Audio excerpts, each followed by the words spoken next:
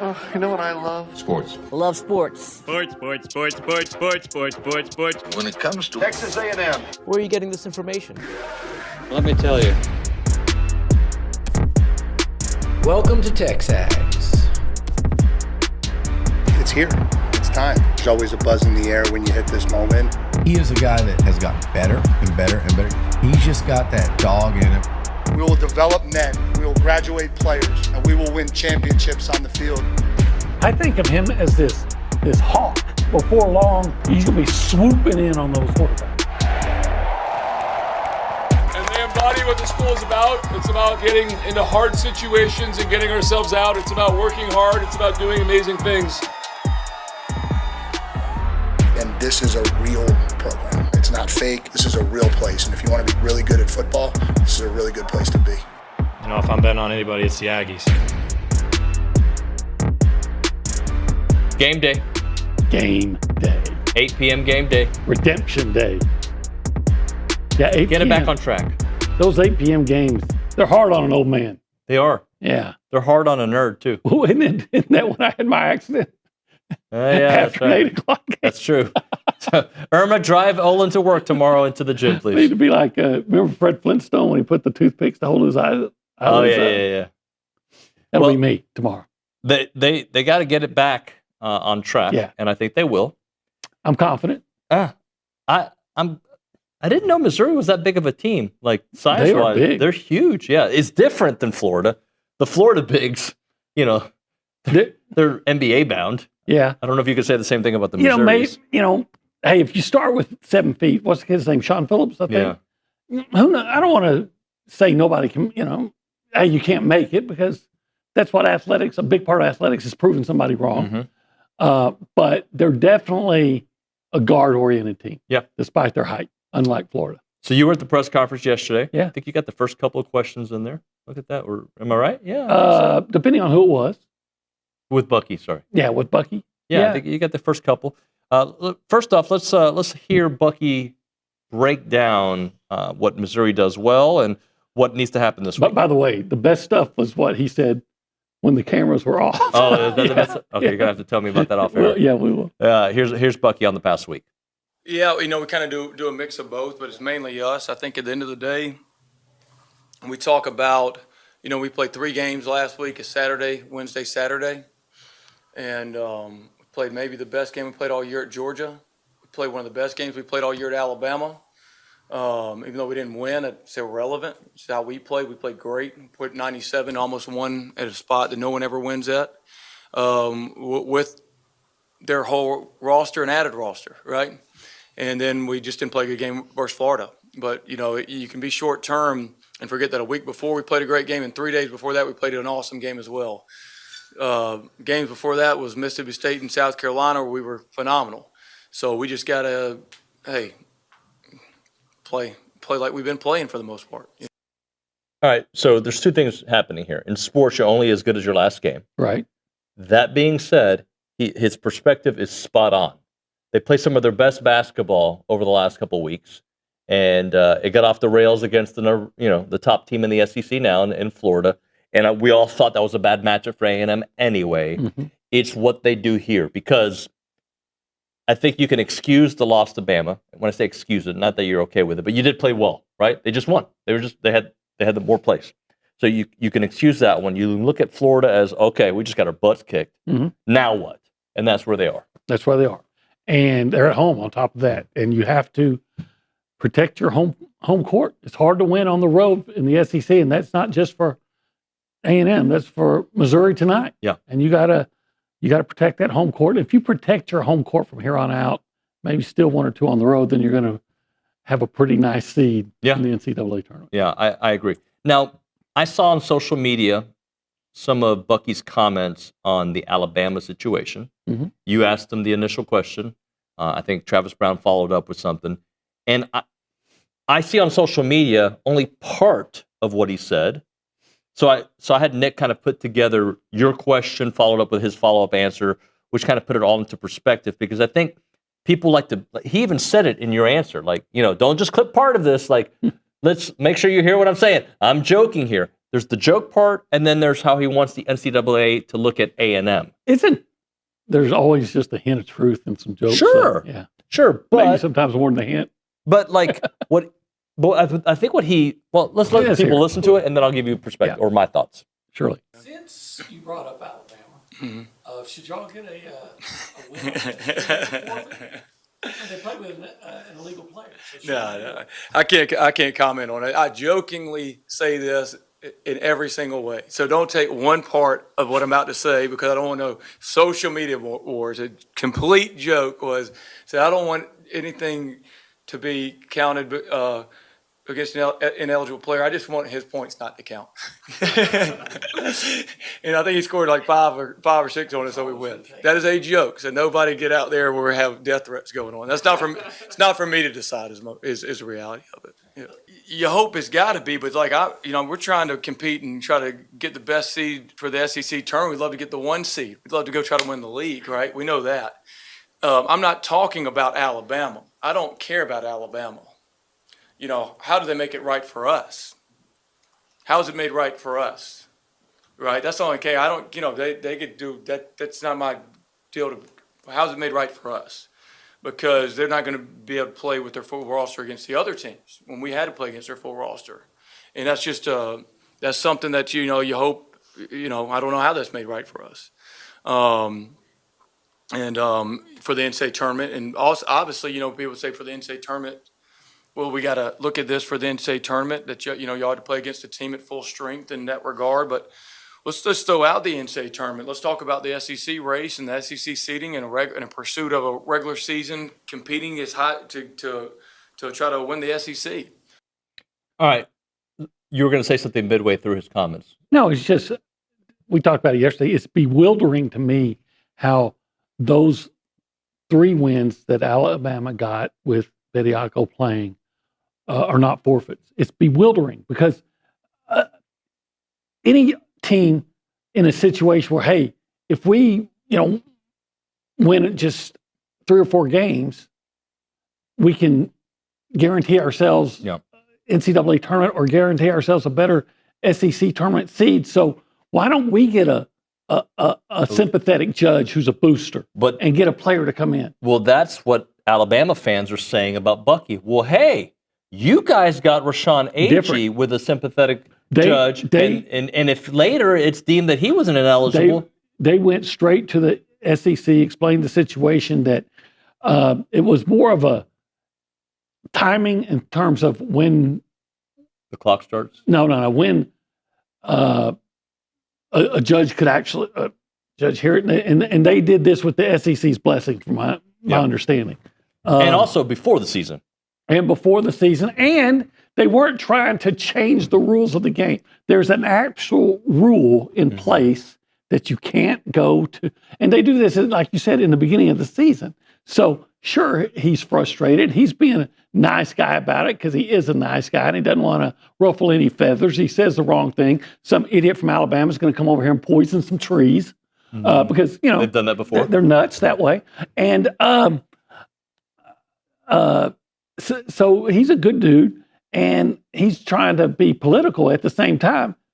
The SEC is acknowledging this guy never should have played, and yet not doing anything about it. I mean, they're saying he can't play now. Yeah. But this guy he was in 5 games. He affected 3, A&M and Auburn especially should be upset because those were really close games. And a couple of differences as well is that, let's say tomorrow, the NCAA says Rashawn Agee actually should have been ineligible. That would change it. But A&M waited for the approval.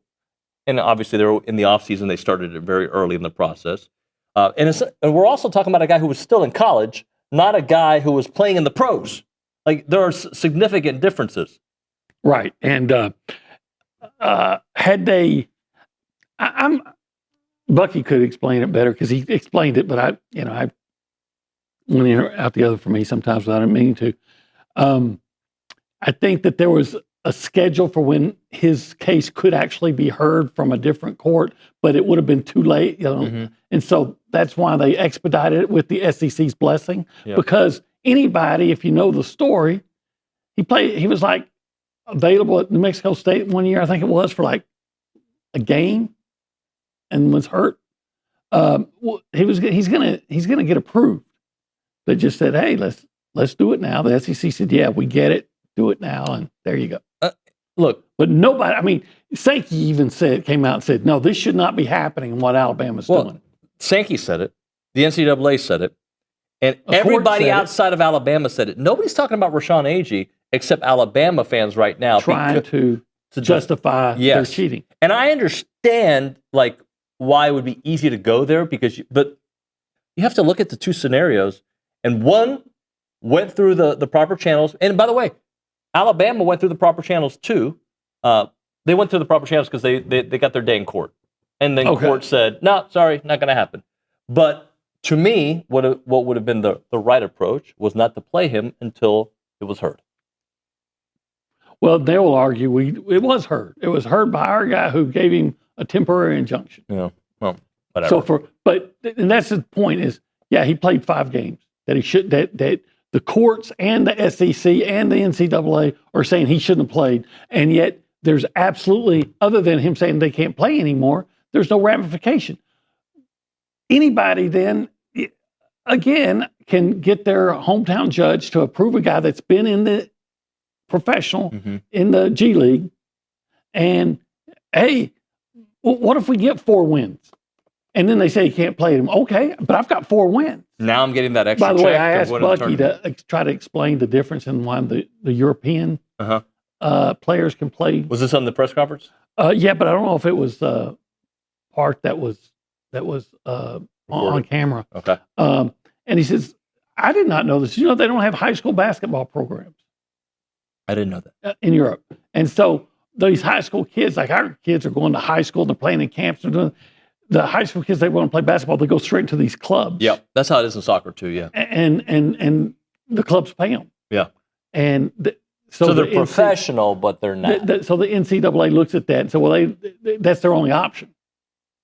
I guess. Yeah. I guess. If I understood what he was saying correctly. Gotcha. Hey, this is TexAgs Live. You knew that. Yeah, I know. You know what else I know? What? I know that TexAgs Live is brought to you by David Gardner's Jewelers. In the Rollo Insurance Studio. Jason, Jackson, Keith, Morgan, and the boys and girls. And the boys and girls. Men and women. This hour has a name. We call it the Go Hour. The Go Hour, brought to you by the warehouse at CC Creations. And right now we're hanging out in an area that I call the holistic planning cool zone, just because cool nothing's cooler than making money, putting it away for your retirement. Hey, I'm on the verge. You know, you want to have as much money as you can. Make that paper, baby. You got to have it. Yep. And if you want to be a part of the conversation, you can call us up on the Buppies Catering and Bartending hotline, 979-693-1150. Or you can text the program. That is going to be on the Catalyst what?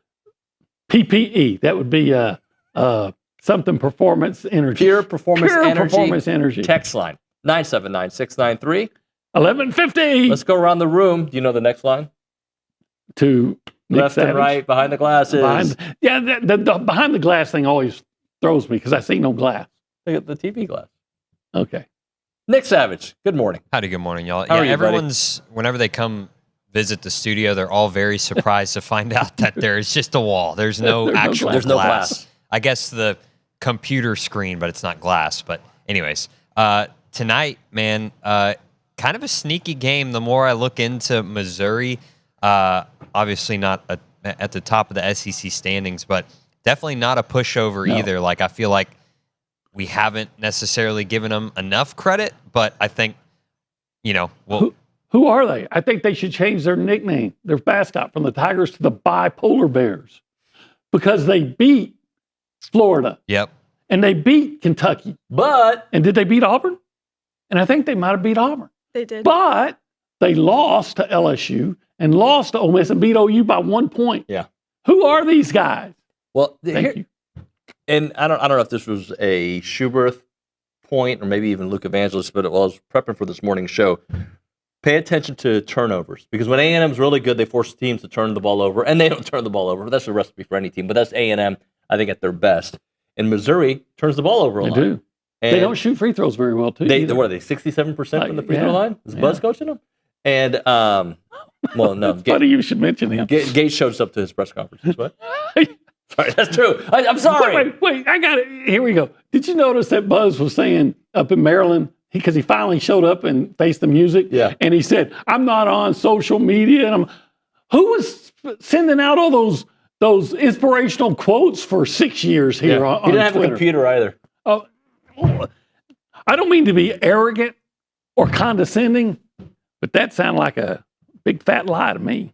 Hey.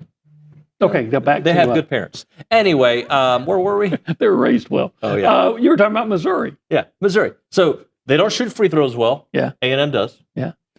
They turn the ball over a lot. A&M loves to feast on that. And they like to force turnover, yeah. And they don't force a lot of turnovers. All right. So far, I like what I'm hearing. Sounds like a big W. You know what? Well, you better do it. Yeah, the Aggies better shoot well. They better shoot a lot better than they shot. If they shoot the way they shot in the second half against Florida, they'll be okay. Yeah. But if they do anything approaching that first half, what were they at one time? 1 of 19 from 3 point. Maybe it's even 1 or 20. Yeah. At one point, they made 1 of 23 shots, but I think there were some missed layups in there. As Bucky pointed out, it wasn't just the 3-pointers. It was you get a break and you throw the ball out of bounds, or you get a fast break. You got a guy and he changes his shot to some ridiculous reverse layup, and they just didn't play well. Let's check in with Kayla Gaither there at the Angry Elephant News and Social Center. What up? Hi, guys. How are y'all? I'm good. How are you? Good. We're angry like the elephant. Angry like the elephant. So I was going to talk about Bucky, but y'all brought up Buzz. Yeah. I had a couple quotes from him from his press conference that I kind of want to bring up just for the conversational topic. Sure. So he had a press conference yesterday, something he hasn't done outside of a post-game since December 12th, which I thought was interesting. Currently, Maryland is 9-14 overall, 2-10 in the Big Ten. They're in 14th place out of 18 teams. And some of their fan bases said that they don't really know who Buzz Williams is. They can't really connect with him, and that's why he kind of held this press conference. So according to an article by the Baltimore Sun, they did win. Yeah, finally. So according to this article by the Baltimore Sun, Williams said he's reading one book each month about the history of Maryland, both athletics and the university, in order to erase the outsider narrative. What are y'all's thoughts about that comment? How did he know about the outside if he doesn't read social media? Because that's where you'd find that out. Yeah, if you had a computer, you'd know that, your fan base doesn't really know who you are. You know what, though? Come on, Brent. Just tell the truth. I think, good luck, Buzz. He gave us some good years. We're in a better place. Hopefully he's in a better place too. What else do you have for us? Yeah, so let's go back to Bucky. He had another quote in his press conference about tonight's game. He said, "They're a dangerous team and can beat anybody. They play well on the road. It will be a fight and a physical game. We just have to worry about playing our best basketball, and the SEC is a gauntlet. In the past couple games, the defense has kind of stayed away from that consistent press that we used to see, and focusing more on maybe shooting efficiency. I know with Florida, they kind of got amped up. They wanted to just make shots. And, those Florida guards were way taller than how we were. Yeah. So tonight, to play their best effective basketball, what do you guys think they have to do tonight?" So the press point that you have there, Sam on the YouTube page has brought that up a couple different occasions. I actually brought it up to Luke and to who else was here the other day? And part of the Tap? Maybe, it wasn't Tap because it was after the Florida game. But the reason they've kind of not abandoned the press, but teams are playing it differently, and they just haven't been able. It hasn't been as effective, so they've adjusted. So they're still pressing, but just not there. It hasn't been their bread and butter. And when you have big, tall, strong guards like Florida with the speed, it just makes it a little bit harder. And they were getting beat on the other end. Yeah. I think I think the biggest difference, it seems to me, I'm not an expert on Missouri basketball at all, okay? So, but it seems to me, and I think people who are experts would support this. Missouri's big, but they're not as good inside as Florida. Now, they got a big 6'9" guard who can flat play. I think his name's Mark Mitchell or Mac Mitchell. He can really play, and he's going to be a problem. And they do have some effective three-point shooters. Yep. So I think they're going to be more concerned with the backcourt of Missouri than they are the big guys. I agree. I think what's important for A&M, we saw it. and we've talked about it. Yeah, you got to play the way you play and force turnovers and take care of the ball and all those things. But it doesn't matter what style of play you use. If you can't make shots, you're not going to win, because at the end of the day, you win by who puts the ball through the hoop the most. 100%. Let's talk about who delivers from a kitchen the most. That is 1775. I'm going to give you the specials. Yeah. And you react. It's kind of like, what do they call it? A word association or something? Yeah. Okay. Yeah. Let's do that. Like a psychiatrist? Sure. Ready? Okay. Thursday, brisket Philly. Awesome. Okay. Brisket Philly. Huh. I haven't had that. That sounds awesome. Yeah. Yeah. I like Philly cheesesteaks, and I like brisket, especially that brisket. Friday. Brazos Spuds. Yeah, I see. Enormous. Enormous. That's the first word, because my wife has had one, and it's an enormous potato, which is what a spud is. Yeah. I think you already knew that. Yeah. Spud McKenzie. Yeah, well, that's a dog. But this is a potato. And then they stuff this potato through all that brisket, all that beef, not dog, beef. They stuff it with beef. It's enormous. It's a beef stuffer. We also have raspberry, chipotle pork belly, burnt ends on Saturdays. I've got a pork belly, but nothing's, I mean, that pork, I've had that pork belly. In fact, the last time I had a sandwich, they put a pork belly on top of the bun, just as a bonus. As a bonus? Yeah, I think maybe they just did it for me. I don't know. But you know what? It was Larapin. Good word, by the way. It is 1775. They're open Thursday through Saturday, 11 a.m. until they're sold out. Call them up, 979-492-6241, or visit 1775txbbq.com. It's good.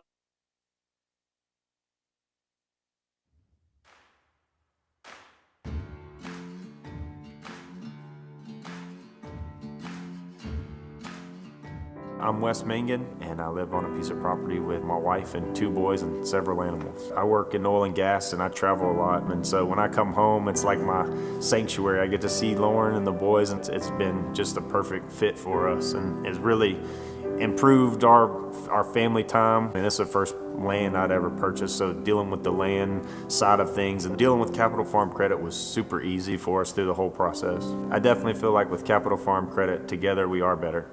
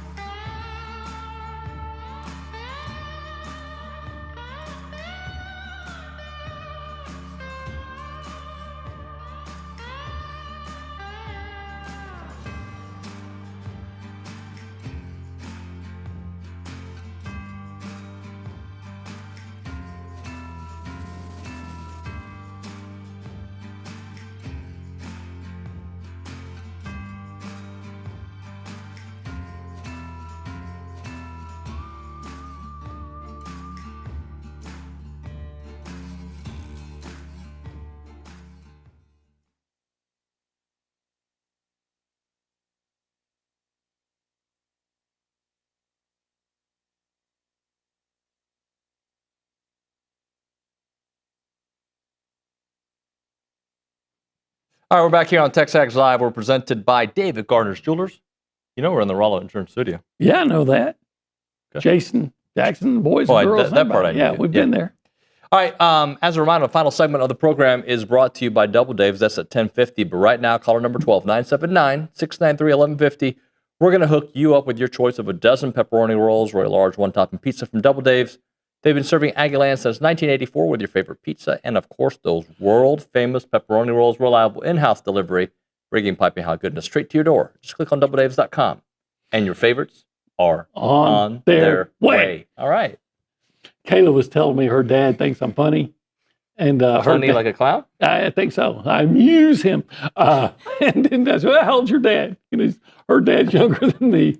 How old's your dad? 60. He's turning 60. He's a young man. I know it. Young man. He's a baby. What's his name? His name's Todd. His actual name is Randall, but he goes by his middle name, Todd. Randall Todd, thanks for watching. Well, Todd is on the YouTube page for every once in a while, yes, so shout out to Todd. OBPFF, are you familiar with them? Pro Football Focus? Yeah, that's correct. Yeah. They spoke kind of highly about A&M. Well, kind of highly, I'll say. They give A&M a medium chance to earn its way back to the college football playoffs. Fair. That's fair. There's certainly reasons to feel optimism about A&M's chances of making it back. Mario Craver is a rising star at the position. Ruben Owens is back. The defense lost plenty of pieces, but head coach Mike Coco has proven to be an excellent coach on that side of the ball. The biggest question surrounds the offensive line? Nope. Marcel Reed. Oh, Marcel Reed, okay. And how he develops as a passer with a new offensive coordinator in Holman Wiggins. I don't think that's the biggest question. But he was the only target for 53% of his passes in 2025, which was 124th in the FBS. Okay, but it's fair to say, hey, say they have a medium chance. There's a lot of new faces. So how are they going to? Yeah, I think it's fair. Yeah. I would say the only thing I disagree with that, he said Mario Craver's a rising star. He is a star. Has he already risen? Yeah. Because wasn't he All-American this year? Yeah. You can't rise any higher than that. So I would say the biggest question for A&M is the line of scrimmage. And I would say that on both sides. Uh-huh. Okay? But I think more importantly on the offensive side. Yeah, I think there's more questions on offensive line than there's defense. Because, again, people want to focus on the last two games of the season. Mm-hmm. Did A&M have one of the better offenses in the country for pretty much most of the year? Yeah, that's why the last two games were so bewildering. Right. I understand the defenses were better, but still A&M could have been a lot better. So, I mean, yeah, Marcel has to be better. We know acknowledge that. it By the way, so does Ruben Owens. Yeah, right? A lot of players have to be better. Mm-hmm. So that's the biggest question to me, and we're just arguing about something that's getting lost in the just sports talk conversation, but they have to protect Marcel. Uh-huh. Because I think the last couple of games, not only were they not able to establish the run, Marcel was not on target. We know that. His game was sped up a little bit. They were able to get to the backfield, both teams. They weren't able to run the ball effectively. There was a couple games where he felt like he was running for his life. So all those things to me are why I think the offensive line this year, which is going to be brand new, is the biggest question. Yeah, in fact, I'll even take it a step further, and I'm going to say it's the left side of the offensive line that's going to be the biggest question. I think the right side will be as good, maybe even better than it was last year. I don't see a big change in the right side of the offensive line. The left side, you're trying to replace Basantis and Zune. Yeah. And that, to me, is where I'm really concerned. But, again, I'll say the offensive line is the biggest question mark, the biggest key, all those things. And, again, I will point to LSU last year as an example. And by the way, the offense might be better this year.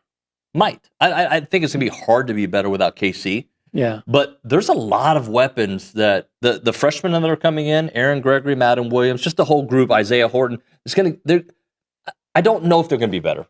But they've got a lot more pieces that hopefully Terry Bussey takes a step forward. Hopefully ABR continues to take step forwards. I like him.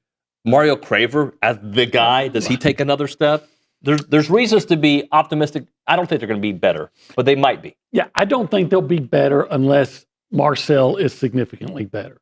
Right? I don't know how you say I'm going to lose Basantis and I'm going to lose Raj Reed Adams and Trey Zune. And be better. Right. And Le'Veon Moss and KC and get better. But I don't think it's a sure thing that they're going to all of a sudden be a team that's stuck in neutral.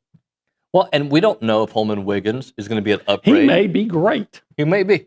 Like, we may like his play calling better. We don't know. You never know. And I think, in fact, I brought this up with Madden Williams yesterday. We did a NIL interview yesterday. And just the fact that those wide receivers have such a great relationship with Holman Wiggins and he understands them, how does that translate as he now has the keys to the offense and what he allows Marcel to do? I think that could be a big portion. Yeah, absolutely could be. I'm very excited about Horton. But that said, is he going to do what Casey Concepcion did? Probably not, and it's not right to expect him to. Now, if he does, you celebrate it. You say, hey, we got even more than we bargained for, which is the case for some guys last year. But I think there's every reason to expect A&M's offense to still be productive. The question is going to be, how productive? How productive. Right. And by the way, Madden Williams yesterday for our interview showed up 15 minutes early. Oh. Buddy. And he was like, you know, my parents raised me that way. You got to be early to be on time. I love that. Yeah. Music to my ears. Apparently, Mr. and Mrs. Lucci had a different... I wasn't talking about Billy. Raised him differently. When the unexpected happens, whether a car accident, property damage, or business liability, preparation does matter. The Rollo Insurance Group has you properly covered before crisis strikes. Their independent agents provide a consultation across all these insurance types that gives you the confidence that the details are handled correctly. They have 60 offices in the state of Texas. Their headquarters is right here on Highway 6. And the true value of insurance does become clear in those critical moments when you need to file a claim. Rollo agents are going to walk you through each step of the process, advocating on your behalf when you need support the most. Don't wait until a disaster strikes to find gaps in your coverage. Visit rolloinsurance.com/TexAgs. That's rolloinsurance.com/TexAgs, or call them up 888-44-ROLLO to get it started.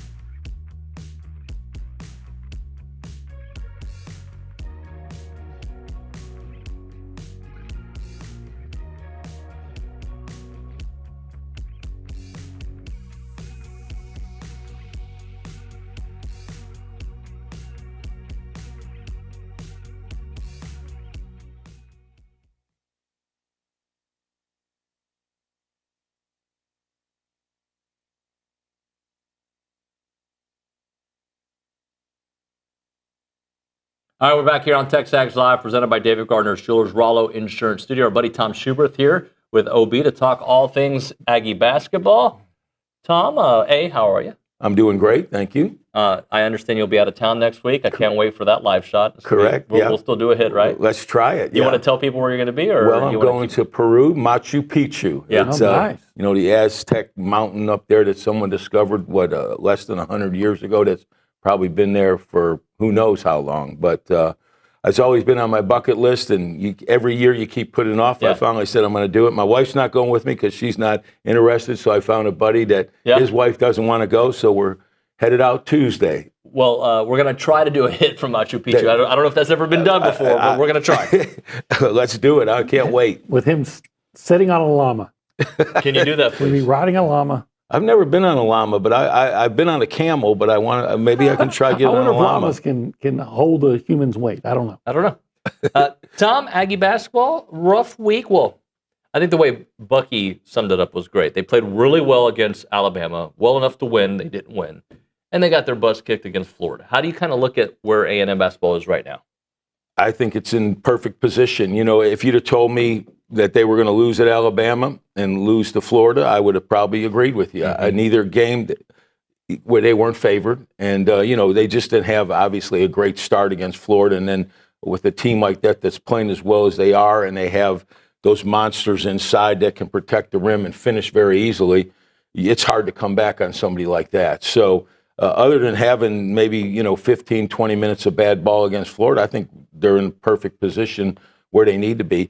Bucky ball to me, and again, he can explain it better, the perfect storm of Bucky ball is you make threes, you turn people over in the half court if you can, and you have to finish at the rim. Obviously, every game that's not going to happen, but you can still find ways to win, which they have. Amazingly, they sometimes don't do any of those three at an elite level, and they still find a way to win. And that's what I'm impressed with, that they find something, a spurt in a game that gets them back into a game or keeps a lead, and it just didn't happen these last two games. Tom, I'm going to I know we'll get more on A&M and other in this game, but I've got to continue beating the dead horse and asking your opinion on this. Should A&M be, and Auburn and Missouri, be given a forfeited win over Alabama for the since Bediaco's been ruled that he's ineligible? Well, I'm going to say no, but only because if you did that, you probably opening up a can of worms where there'll be some investigations, some other ineligible players playing, and then they'd have to go back and reward those teams. I mean, in the big picture, I don't think it's going to affect a whole lot. The teams in the SEC in particular, the ones that maybe lost those games, are probably still going to get in the NCAA tournament. They might not get quite as good a seed, but then is the committee going to say, well, they actually lost that game, but they won it on a forfeit, so they may take that into consideration.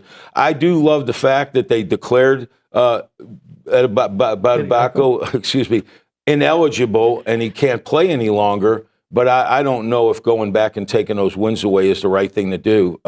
What's your thoughts, David? I don't think so. But what I do worry about is, to Olin's point, like, what's going to stop teams from doing this all the time just to get those extra 3-4 wins potentially?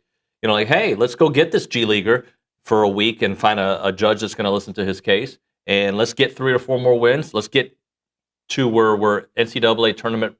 That we have enough wins to think that we're going to qualify, and then back off. Sure. And that does, and maybe the team that should be going loses in that situation, and now they're out of it because of this loophole, if you will. And by the way, I think I agree with you. They're probably going to get an NCAA tournament anyway. But don't you want to try to win a conference championship? And if A&M had not lost to Alabama with an ineligible player, they'd still be tied for first place. Sure. I think at the end of the regular season, it'll be interesting to see what those forfeited possible wins could do for those three teams. But, the other thing, the argument is with Bediaco, I mean, they may have won those games even without him. He's a good player, but I didn't think he had a huge impact, particularly against A&M. I mean, it's nice to have another player, but there's so many things, in my opinion, and we've talked about it, need to be corrected from the NCAA. The NIL we don't all necessarily like, but the one, if they would quit allowing kids to transfer every year, that would if they give him one-time transfer, I think if you transfer, you should sit out. Yeah. And I think it would help everything. But I agree anyway, with you. There's so many things we can correct. Can you put your Mafia boss hat on real quick? I'm going to ask you a question. Sure. Okay? What would happen, I know what would happen. No. If a coach came after one of your players after the game, how would you respond? Because I look at that whole did you think Ryland Griffin's flagrant was that big of a deal to cause that kind of ruckus post-game? No, I didn't. I don't think he was trying to hurt a player. I think he was frustrated, right? I was going to use the word embarrassed, frustrated. A perfect example. And sometimes players react in a bad way. It's not malicious. They're just reacting. So most coaches know that, and they move on because it's the spirit of the game and so forth. But this coach came after, and then I don't know. I don't think your teams would respond that way. Is that a fair, as a head coach, you would probably not allow. The only other coach I've seen go talk to I've seen other coaches do it, but Kelvin Sampson, I've seen him go talk to an opposing player. He did it with love, right? Hey, man, you got to be careful. Like something to that effect. Not in your face, I'm going to fight you kind of vibe. Yeah. I think Golden's very controversial, and he's had tons of success. He's a brilliant, bright coach. Yeah, he is. But, I think that was uncalled for. The coach has to show the maturity. These are young people that haven't been in this position as much as a coach has. They're going to make mistakes. But, no, I don't think when a player's out to hurt somebody, then I can see a coach having that reaction. And there are guys out there doing it. The ironic thing is one of the greatest coaches, maybe arguably of all time, is Mike Krzyzewski. And if you look back at his Duke teams, to me, they play dirty sometimes, He's got the kid in the NBA that's, hurting guys all the time. He always defends that, but he gets mad when other teams, play differently. So here's a guy that's had a ton of experience, and sometimes he reacts in a negative way. I've seen him talk to players after games. I think my point is you could react and talk to Bucky. Sure. Don't parent my kids. I'll handle that. You can bring it to me. Player to player, fine. Coach to player, opposite coach to player, that's where I have a problem with it. Absolutely. I know it would upset me, and I'd probably do the wrong thing. I overreact, and that shows the maturity sometimes of some of these coaches that are so level-headed, and I think Bucky's that way. Bucky does a great job of keeping his players under control. So I didn't like the reaction from Golden at all, or his comments. But that's Florida and Golden. And it was a flagrant one. It wasn't a flagrant two. Right. It's not like it was a breakaway dunk where you tackle the guy and you can break his him. Right. That I would understand. Man, that's just basketball. No, it wasn't a basketball play, but again, 20 years ago, maybe less than that, it was an accepted part. It was like in baseball when you dig in too much and the pitcher throws it under your chin and you bail out. It's just something that happened. It's part of the accepted part of the game, and now I guess it's not. All right, let's hit a break. Let's come back and actually talk about this Missouri game. We've been chit-chatting about Mafia bosses, Machu Picchu, and fighting. When we come back, we'll talk about Missouri. When it comes to your money and your peace of mind, it starts with the right team. That right team is Aggie-owned Paragon Financial Advisors. They're an independent fiduciary serving clients all across Texas with no commissions, no sales pitches, just trusted advice tailored to you. They have a team of 18 professionals, 9 CFPs, a CFA, and a CPA, and their expertise runs deep at Paragon because credentials matter, and so does your future. Visit paragon-adv.com or call them up 979-693-3907. That is 979-693-3907 to schedule your free consultation today. Paragon Financial Advisors, integrity, expertise, and trust. Paragon Financial Advisors.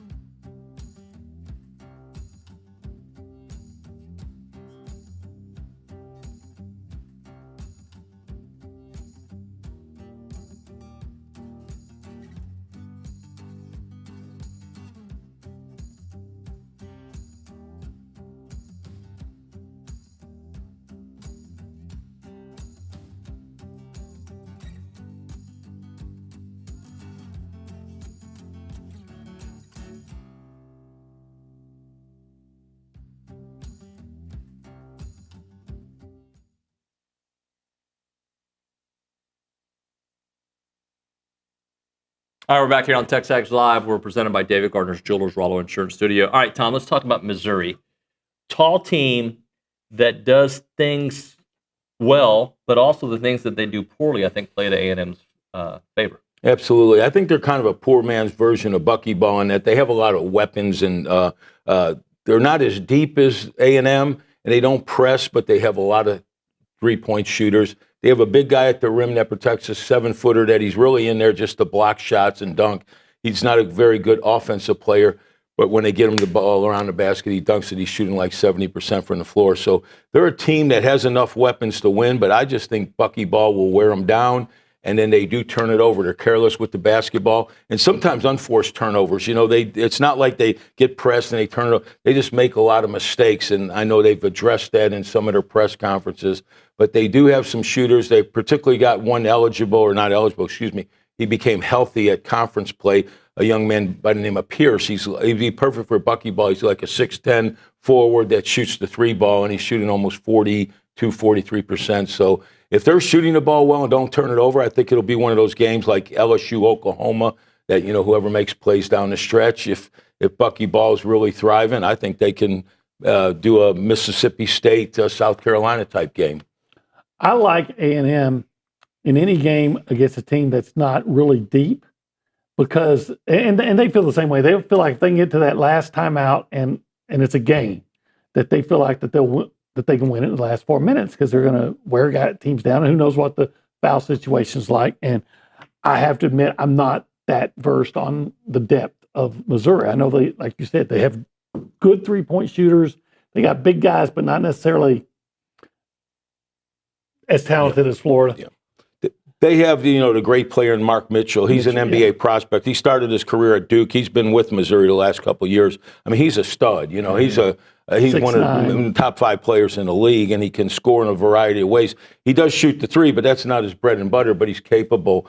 But I do the scouting report, and one guy I didn't even mention, and he's probably going to be the key of the game, is their point guard named Robinson. And he's the only ball handler they really have that gets the ball, but he does turn it over quite a bit, and he gets in foul trouble. You know, he's fouled out of several games. So if A&M can frustrate him, turn him over, and get him in foul trouble, they really struggle to get the ball across half court at times. Well, they will, I'm sure, pressure him the whole game, and when he doesn't have the ball, make sure he's working, right? Absolutely, absolutely. How about the way Marcus Hill's been playing? Oh, love it. And that's what I love, again, about buckyball. They have the next man up mentality, and that's what's going to happen. I mean, my theory is, in buckyball, sometimes when it doesn't work late in the year, you're playing better teams. People are adjusting to it. They have scouting reports.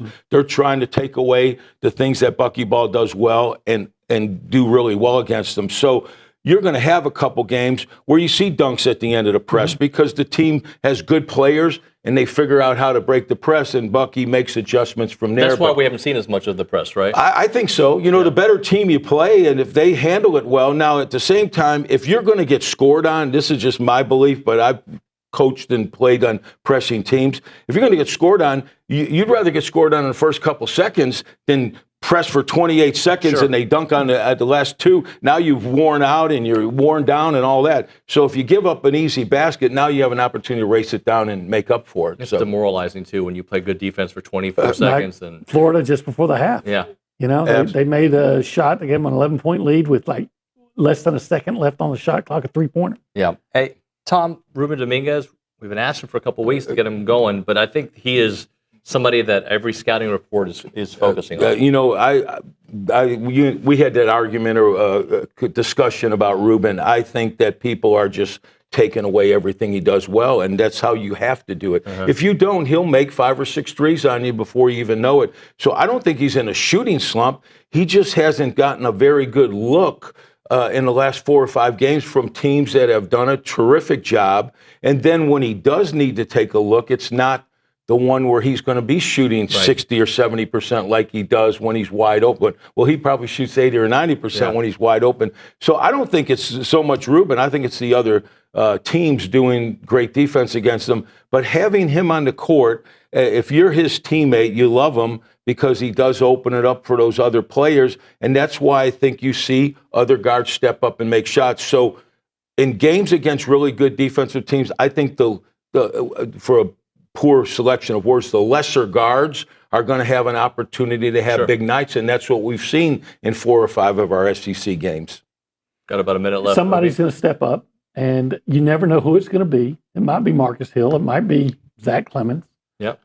Who's it going to be tonight? I know. I hope all of them. But, remember we were talking about Shakari Lane, how well he played early, and then now Marcus Hill. So it seems like every night we have one of those guys, and hopefully it'll be 3 or 4 of them tonight. I just think we need to play solid and worry about our game, and I'm sure we will, and get back on the winning track and then go on the road from there. Tom, thank you, buddy. Appreciate thank you, guys. That's Tom Schuberth here. Obi, thank you, sir. All right, when we come back on TexAgs Live, John Harris, a little football talk next here on TexAgs Live, presented by David Gardner's Jewelers.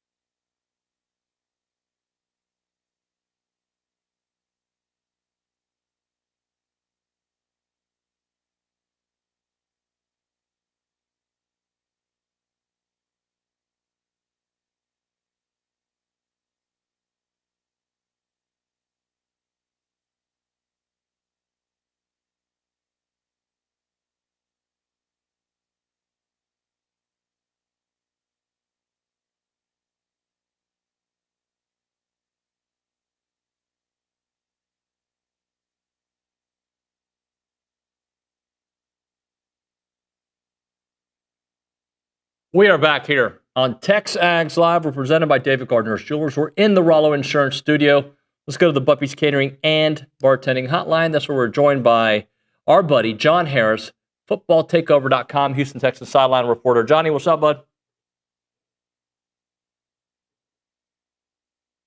And I think we're going to call Johnny on the phone line at Brian Broadcasting. Guys, get that ready. We'll check in at the Angry Elephant News and Social Center. And Kayla, do you got anything for us? I know we got a text that came in a moment ago. Text. Okay. The text says, to the discussion, keep in mind, that was from yesterday. Today, to the discussion about Alabama. The deterrent would be an investigation and potential penalty to the Bama program because of the booster local judge. Prove that up, and if proven, sanction program in some way. Yeah, I'll get John Harris's thoughts on this as we go to the Buppy's Catering and Bartending Hotline. Johnny, I was going to start off with football, but since we're talking about the Bediako case, have you paid attention at all to the Alabama player who played in the G League, who then played for Bama for a couple games? A&M lost to them the other night, 197. Have you seen that whole thing? Yeah, I've been following it, David, and I hate it. Yeah. I haven't liked that situation from the beginning. You know, Amari Bailey is trying to, he actually played in NBA games. He's trying to go back. I understand, you make decisions that you regret as a young person, like, maybe I shouldn't have done this, I shouldn't have done that. But you got to live with those decisions. And when you end up playing in the G League, you end up playing in the NBA, I'm sorry, like that's it. Your college eligibility is over. And I get the fact that, the college landscape has changed. But when you've made that declaration, you've gone to the G League, like that's it. And you've played, you're done. And look, I know all sports are different. From college football to college baseball to college basketball, and every single one of them's got different rules. But I just think this has put such a stain on college basketball. The fact that, I can go to the G League, it not work out, and then I can just go right back to college. Like that just makes no sense. So I'm actually a little surprised that the ruling went the way that it did. But I mean, if I'm A&M, I'm a little peeved that didn't happen before the game. So from that standpoint, I think it's unfortunate it happened that way. But either way, I just feel like this is going in the wrong direction.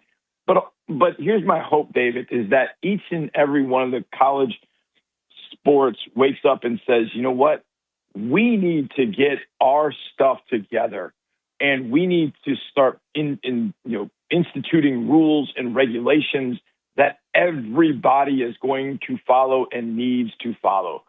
Here's the thing, and I worry about this. Maybe the cat's too far out of the bag.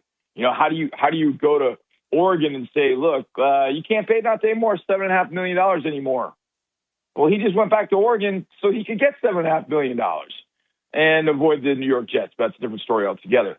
So how are you going to put that genie back in the bottle? So, there's got to be something that they can do over the next, 5 to 7 years, if not earlier, to come up with something to say, hey, this is how we're going to go about with athletes in our sports.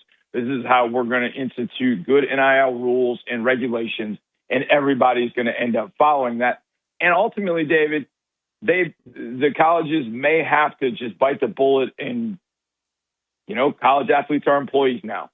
I mean, that might be the only way they can get to a salary cap, that they can get the things that make sense financially, but they have to respect the fact that they're employees and they've been fighting that for years. And I know it's tough to think of it that way, but they really are now. I mean, that's really what they've become with the amount of money that they're getting from the university, from certain aspects of the university.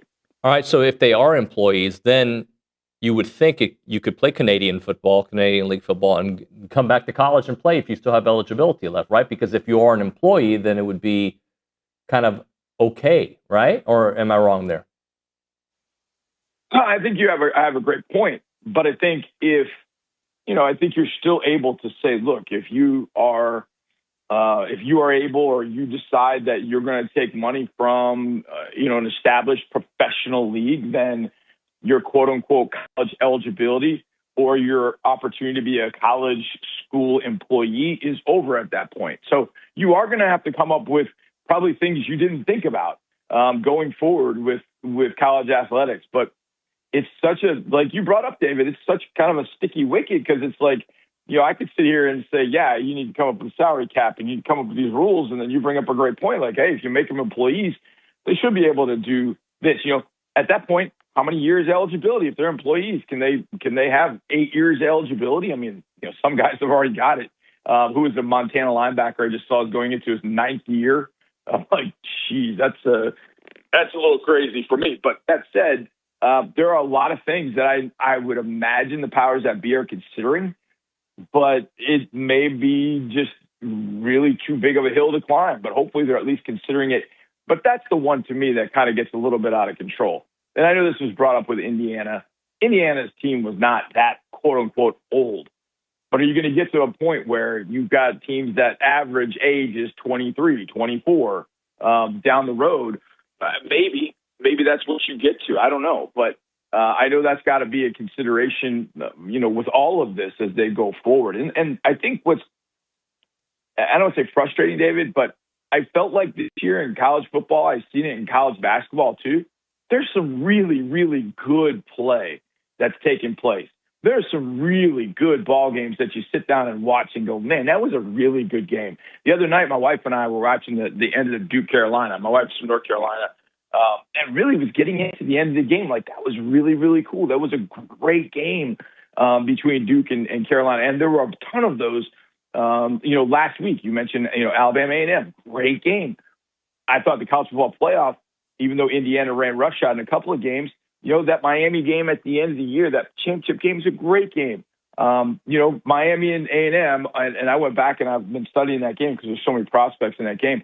Look, that wasn't the best played game on either side, but man, it was competitive as hell, and it was a fun playoff game to watch if you love low-scoring football, which I love all kinds of football.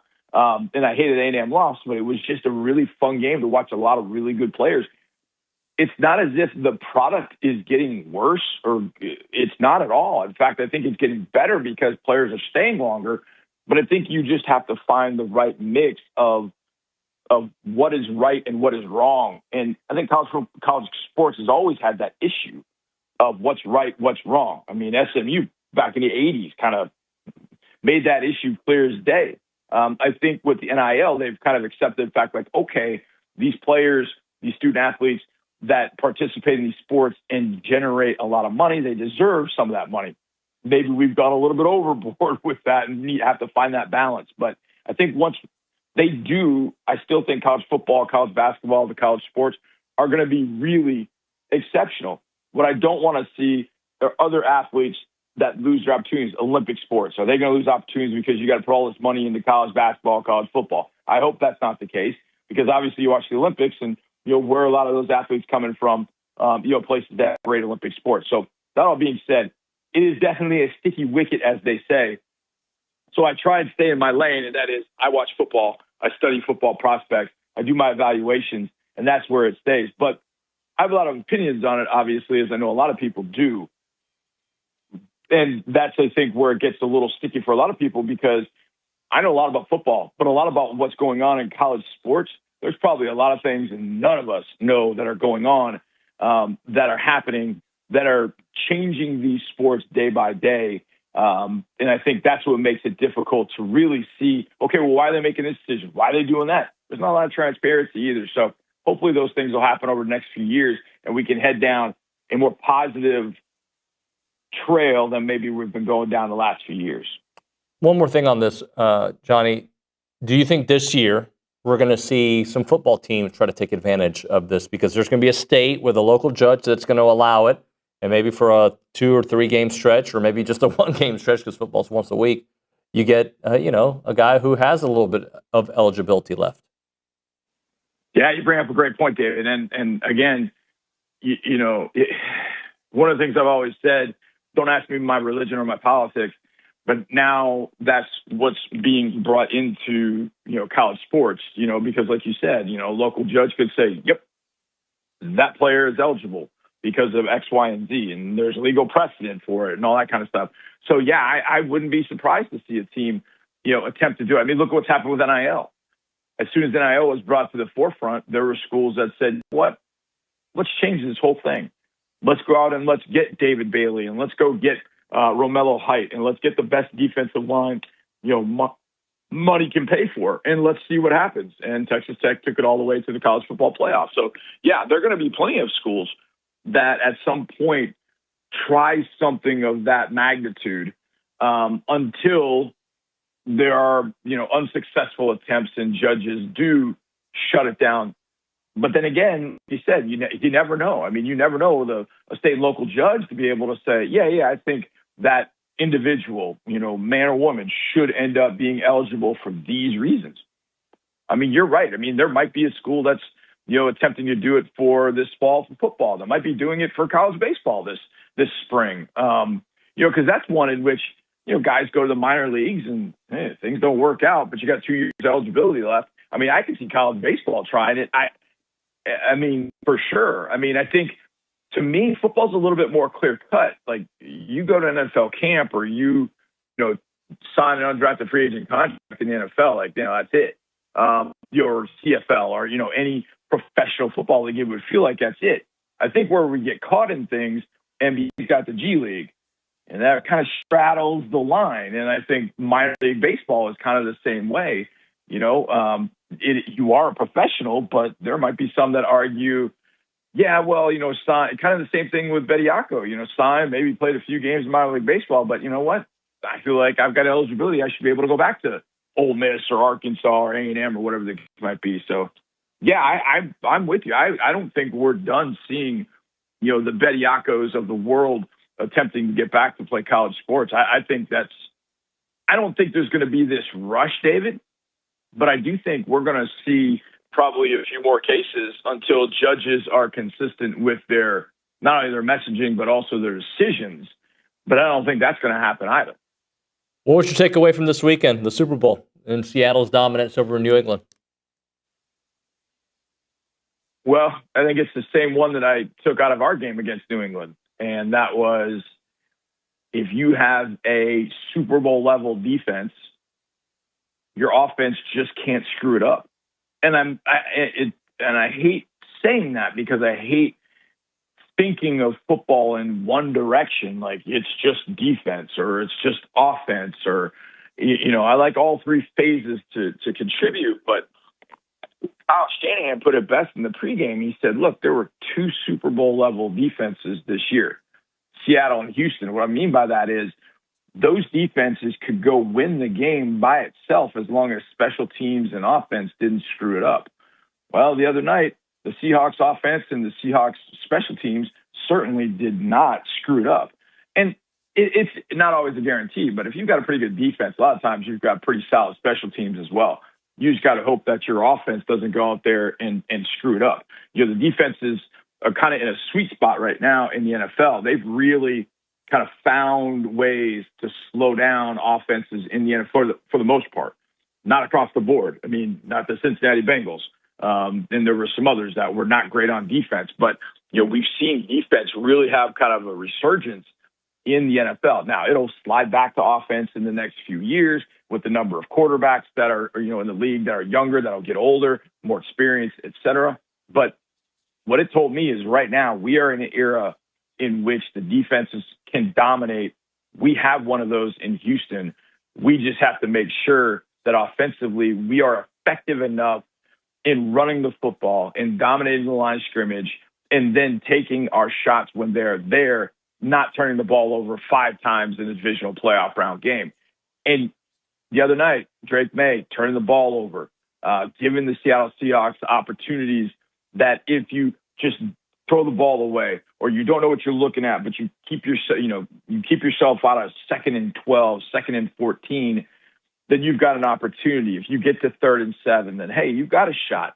But I think it also just showed, again, how great defensive football is being played in the league now between the Seahawks, the Texans. The Browns were tremendous. Obviously, Miles is a huge part of that. But defensive football in the NFL has gotten, really, really good.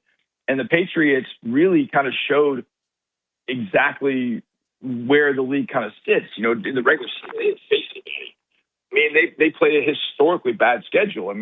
They played, I think, 1 or 2 games against teams that had, playoff records or, double-digit wins. And then they get in the playoffs and they play 4 teams that have defenses in the top 5. And I know they've won those games, but they didn't really do anything offensively. I mean, even against us, they had to make 3 incredible catches just to put 21 points at the board. They didn't do much at all against the Chargers. They did nothing against the Broncos, and Jarrett Stidham threw them one. And then they did nothing the other night against the Seahawks. So these defenses have really kind of clued in to what offenses are doing. Teams are putting more of a focus on defense now because they're seeing, hey, man, we can win with defense. We can put a bunch of money into the defensive side of the ball and generate a Super Bowl winning defense, because not everybody's going to have a Joe Burrow. Not everybody's going to have a Matt Stafford.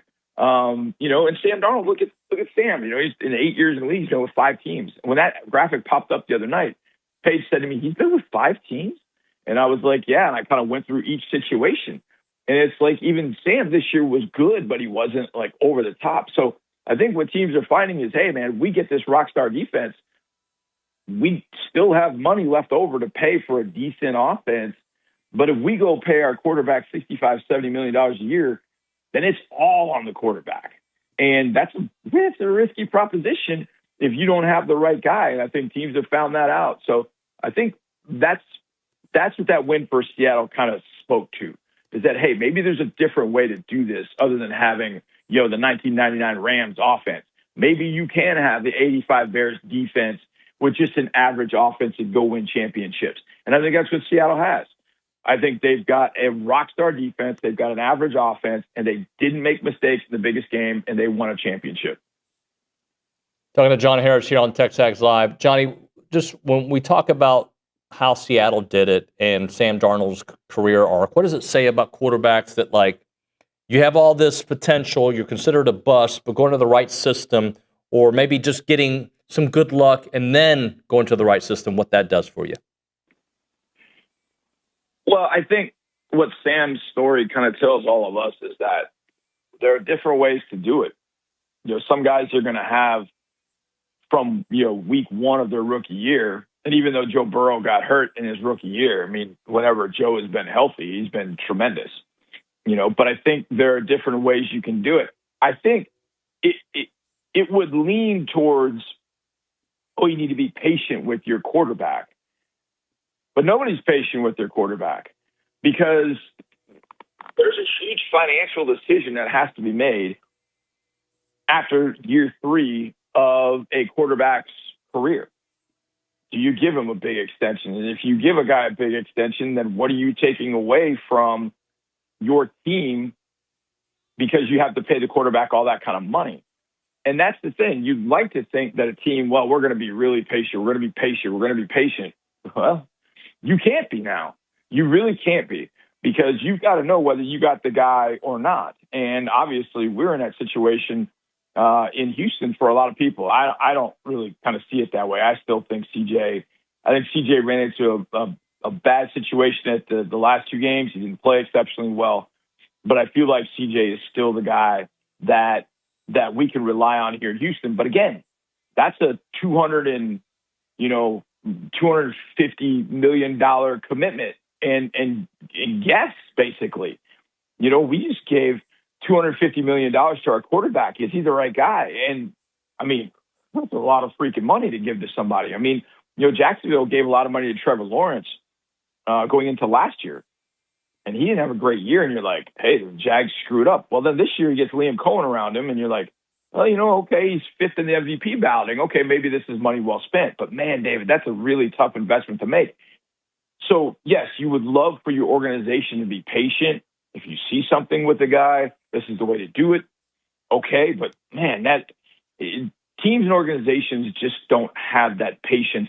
And I shouldn't say they don't have it. I don't think they're allowed to have it, really, because you got to move now. This thing changes a lot faster than people think. You can't have a 5-year plan anymore. But I think the other thing that it tells people is, Mac Jones might be a viable candidate somewhere. Tua Tagovailoa might be a viable, quarterback somewhere else. Daniel Jones showed this year in Indianapolis, hey, it didn't work the other 2 places he was, but it worked in the 3rd place he was. So I think what it also has shown is if a guy's made of the right stuff, maybe the first place or maybe the second place might not be the right spot, but go somewhere else, see the world through different football eyes. Maybe there's an opportunity to have a resurrection, if you will, a resurgence, if you will. Maybe Mac Jones, who we saw in Houston, who I thought played well, our defense was great that day. Maybe Mac Jones is due to take one of these quarterback jobs. Maybe he gets a job in Arizona and plays really, really well in Arizona. I mean, I imagine Fernando Mendoza is the guy with the Las Vegas Raiders, but, maybe they look at somebody to kind of bridge the gap. Baker Mayfield's another one of those guys, even though the end of this year wasn't great because he's banged up. But, sometimes a guy's got to just go. You need a new you need a new lease on life, if you will. Hey, maybe those guys can give us something of value. And obviously Seattle bet big on Sam Darnold after Minnesota did, and it paid off for Seattle because he had a really, really good year. Some bad moments throughout the year, but he ended up generally being a net positive for that Seahawks team. And he didn't do a whole lot in the Super Bowl, but he did enough, and he didn't give the game away. And that's a lot more than some of the other quarterbacks that played in the playoffs this year. Johnny, great stuff, man. Thank you very much. Yeah, man. Love you, brother. Talk to you soon. Love you, bro. My guy, John Harris. We'll hit a break. We'll come back with Pat Henry. Right now, farming and ranching families do think differently. It's not working for today. It's about building for the generations to come. If you have land that has been passed down, or if you have land that you've built and you want to tell that story, reach out to Chance McClain because land and your ranches, this is kind of like a blueprint of America, and also it tells your family's story. And let Chance and his team do that. Let's say you don't have a ranch. You just have people in your family you love. Tell their story as well. Chance does these 2-hour documentaries for family businesses, family ranches, and just families in general. And it's something that you're passing on for the next generation and the generation after that. Trust me, you're going to love it. It's 2 hours of just greatness, and it's a real bonding experience for your family. Check out the website, yourheritagefilm.com, yourheritagefilm.com, or call them up, 713-893-8341, 713-893-8341.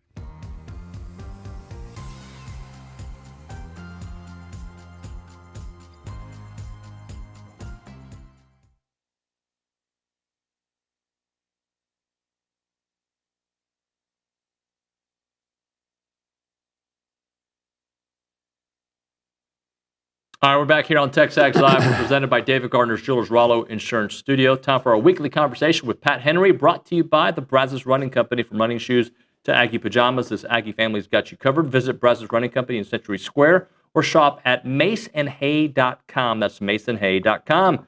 Coach Henry, how are you? Good. Busy weekend, huh? Every week right now. Yeah. Good. You like being busy, though, right? Yeah, I do. Yeah. I mean, with competitions, the rest of the stuff I can do without being busy, but with competitions, I'm glad to be busy. Yeah. I mean, but this time of year, it'll be this way through June. No, it is. It doesn't stop now. It's every weekend, just about every weekend, and yeah, we're going hard. Yeah. Well, the Charlie Thomas Invitational, 11 event wins, multiple school records.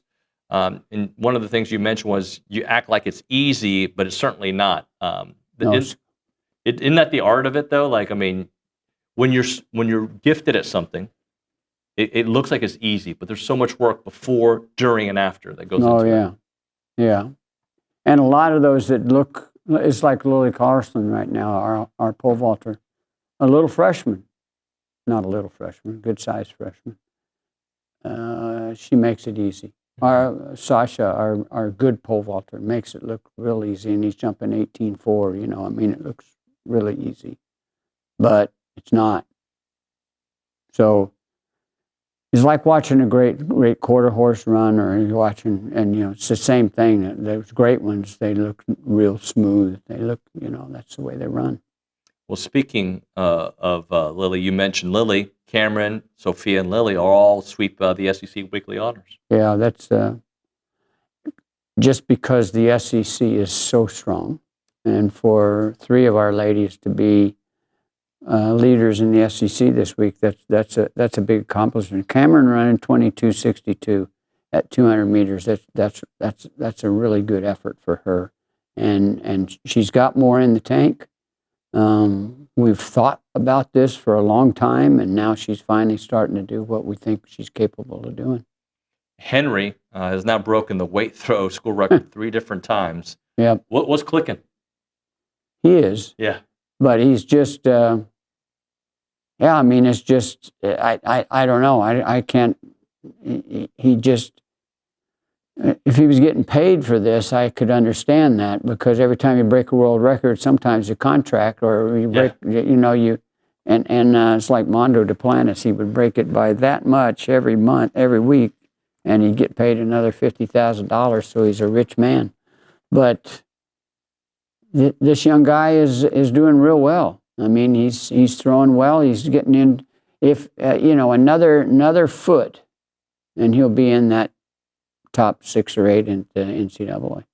Peter Narumbe, we talked about him every week in the 800, second fastest indoor mark by a freshman in NCAA history. Yeah.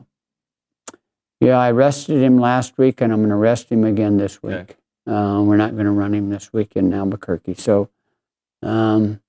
like you just said, he's a young guy, and he can get too fired up too often. We've got the SEC championships in 2 weeks, and I want him to be absolutely ready to run. Is that there's 2 parts to recovery, right? There's the physical recovery, and then there's the mental recovery. Yeah, he's working hard in practice. Mm-hmm. He's not, we're not taking any time off in practice. I'm just not going to compete him.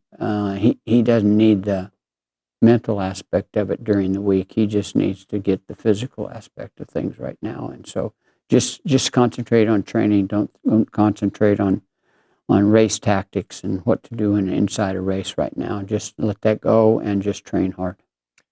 Who else is, maybe a name that might be new to us that's really making some moves? Yeah, our Reese Newell, our other half miler, the guy is very, very talented. He's a 1-year transfer. He's going to be with us 1 year, but he is very talented, and I still look at him. He's run 147 right now, but I think I know he is. He's run 145.4. Mm-hmm. So the guy is very talented. He's just got to get out and do his own thing right now, and I'm looking forward to that happening. How you've been so successful, continuously win national championships. How much fun is it for you, the young development, right? Like taking somebody who comes in with all this potential in the world and then get them to the next level. Yeah, that's the reason to stay in the business, you know. I mean, that's why you coach, is to see development. The way the NCAA is going right now, it worries me a little bit about development.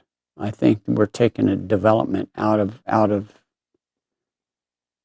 they just don't understand the development of athletes, I don't think. And so the scholarship limits, the way they're doing limits on roster limits is a little bit concerning right now, because I have a number of Jack Mann is just another one.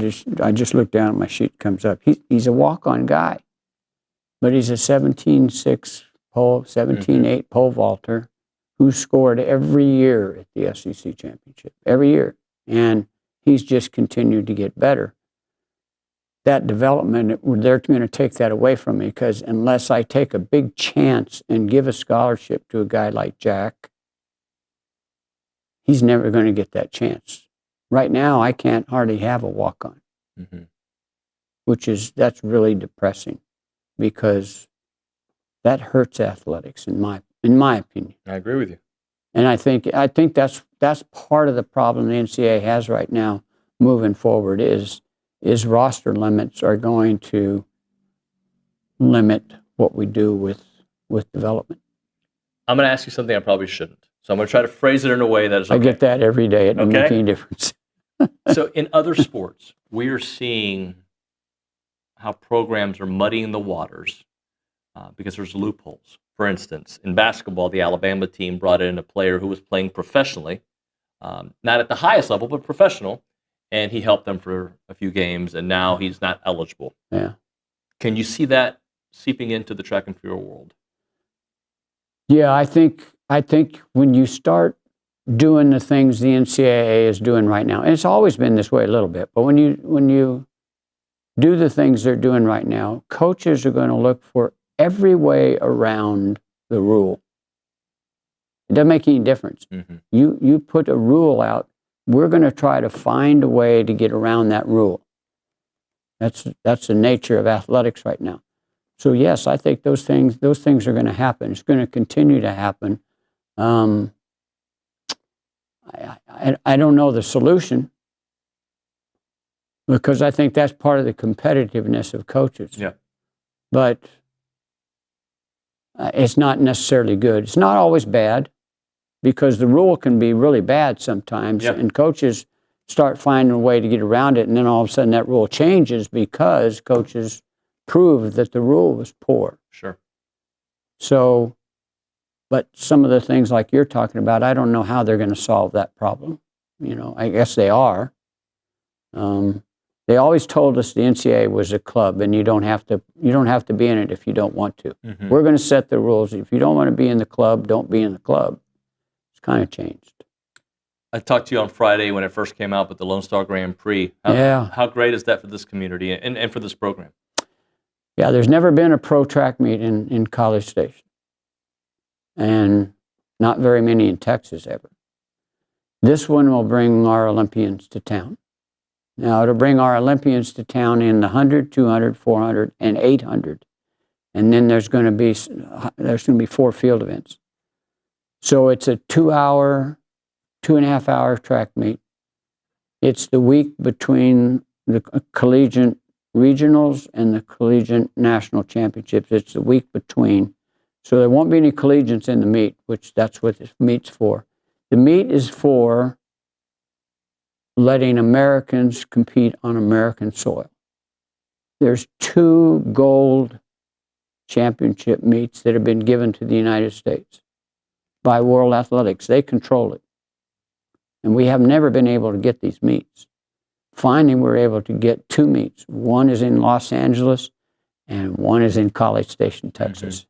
So we're really happy to have that. I think in this area of the United States, there's a lot of track fans in this area of the country, between Dallas, Houston, and San Antonio. I don't like to say the other one, but there's a lot of track people in this area. I think that tickets will go well for this function. I think it's that we have to put in additional seating on the back straightaway. So I think it's going to be great for this community, and it's great for our sport. Yep. It's great for our Olympians. And, for our community to get to see our Olympic athletes that you see on TV right here in College Station, I think they'll enjoy it. Coach Henry, thank you. Yeah. Appreciate you. Appreciate Thank very you. much. We'll hit a break here. When we come back, Trisha Ford will join us here on TexAgs Live.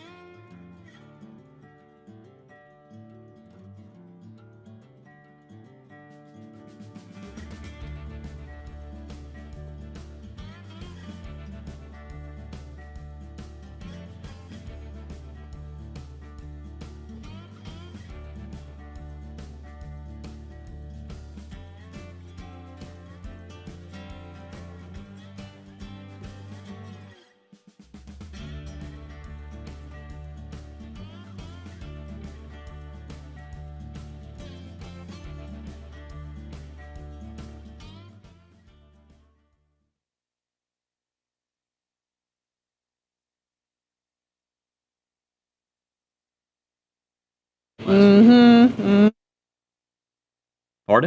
We're back. TexAgs Live, presented by David That was Gardner. a preview of the next segment. Okay. All right. I was like, what was that noise?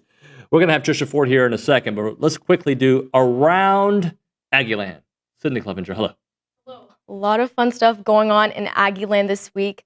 Unfortunately, men's basketball was not able to get past Alabama or number 17 Florida. They put up a great fight in Tuscaloosa with 28 lead changes, but the game ended with a missed three-point at the buzzer by Rylan Griffin, leaving the score 100-97. The slump continued into the weekend as the Gators took over Reed Arena, and the Ags struggled to get the ball in the hoop throughout most of the game, bringing the final score to 86-67.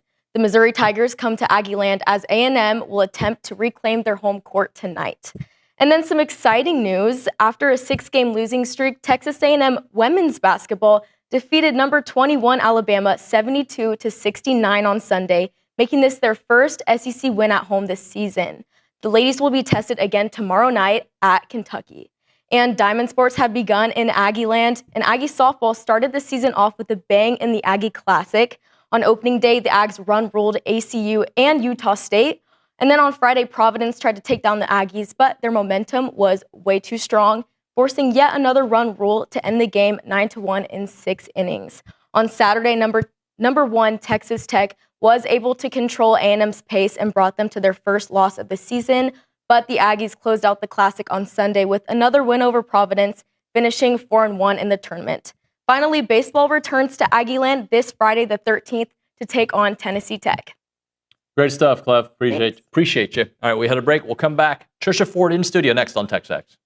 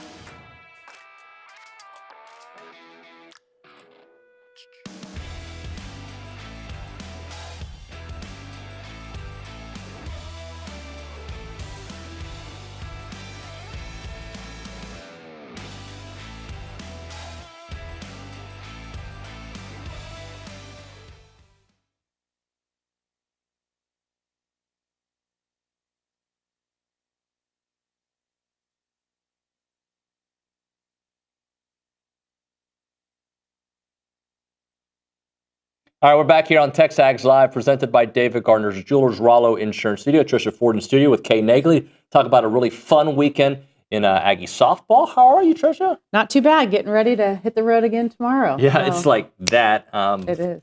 So just give some takeaways from the 4-1 weekend where we saw a little bit of everything. Yeah, I thought we did a great job of coming out and just being aggressive in the box, and I felt like our pitchers were really efficient. We had very minimal walks, so that was huge for us. And the 12th man showed up this weekend, so it was a good weekend to get back onto Davis. The bubbles were going, so for me it was just a good first weekend, and we have some things to still work on, but overall pleased. Yeah. I want to talk about the Texas Tech game a little bit. Nigel Kennedy, known to be one of the best arms in the nation, and y'all really held your own, up until that unearned run. Just kind of what did you like about the offensive performance? I believe she only had like 3 strikeouts heading into the 6th inning, something like that. So. Yeah, I felt like we went toe-to-toe with them. Yeah. I felt like, pitching-wise, that first inning, it was, we gave up 2 runs really quickly, but then Sid settled down, and I felt like we managed through that game nicely. We came in, our arms came in and executed when they needed to execute.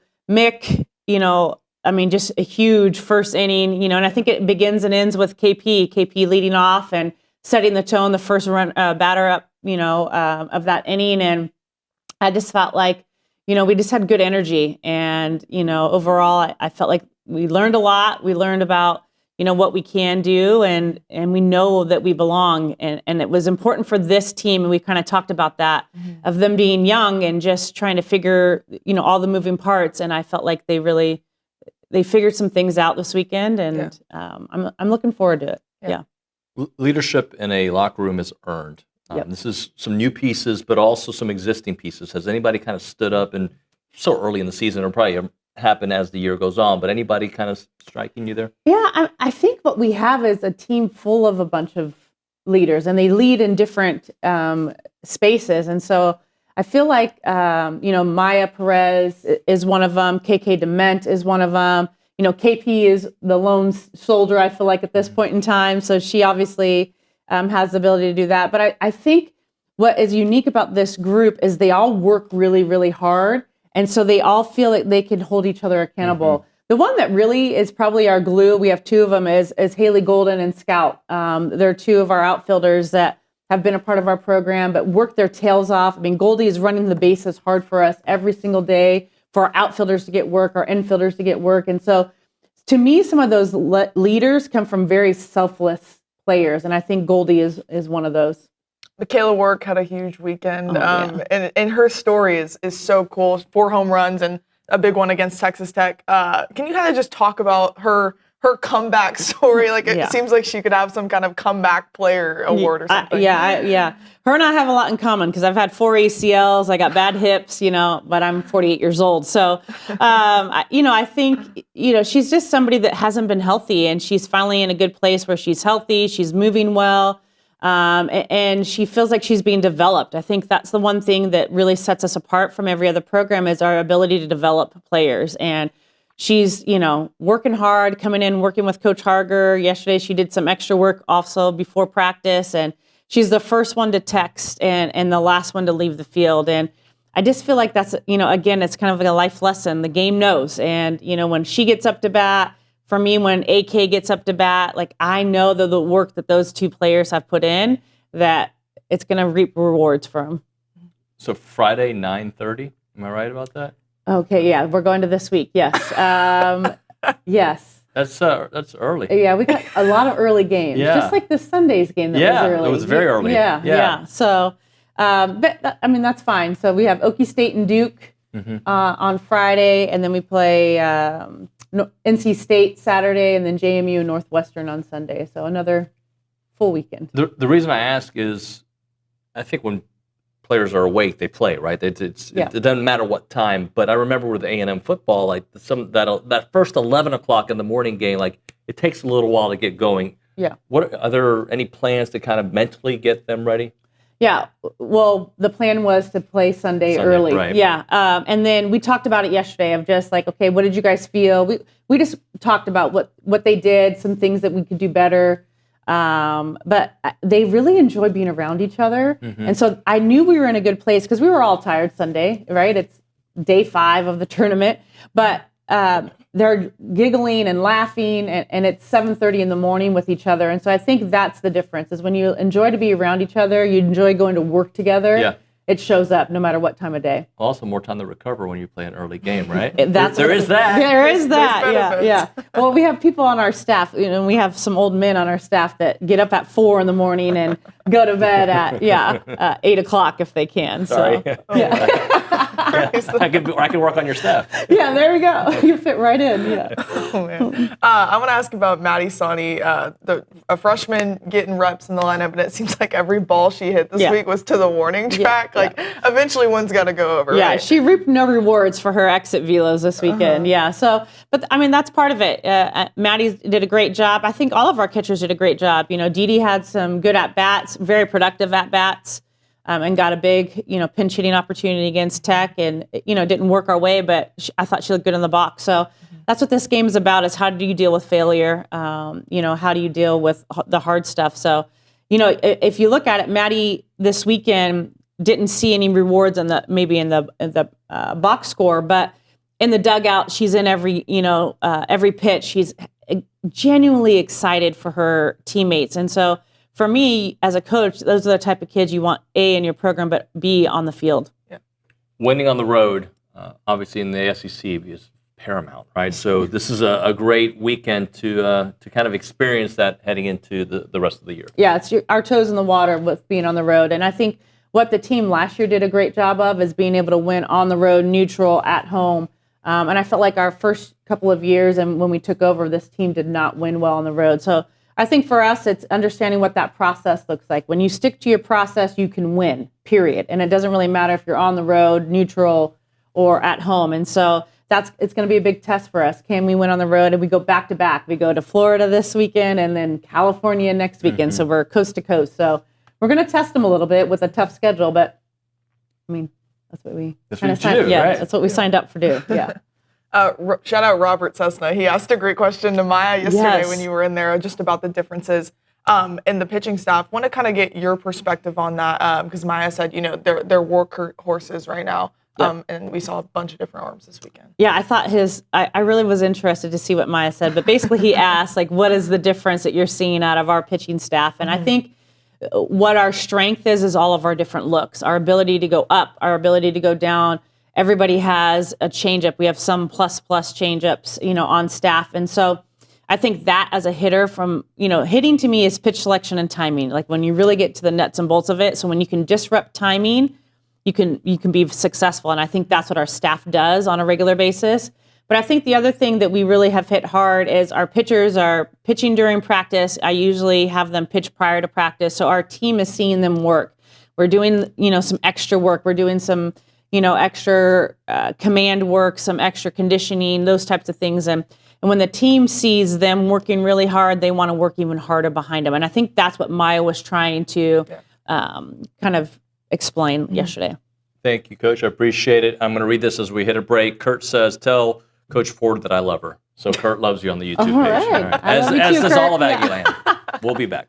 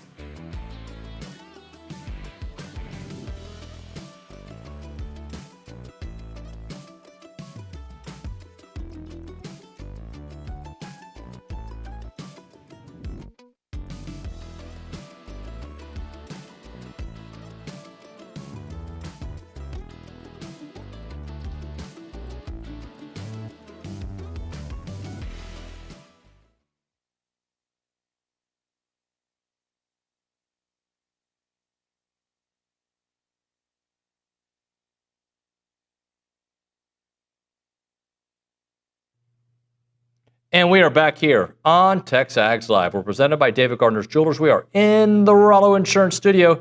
It is now time for our favorite segment. It's called Recruiting Country, and that is brought to you by America Momentum Bank, the only privately owned bank headquartered in Bryan College Station.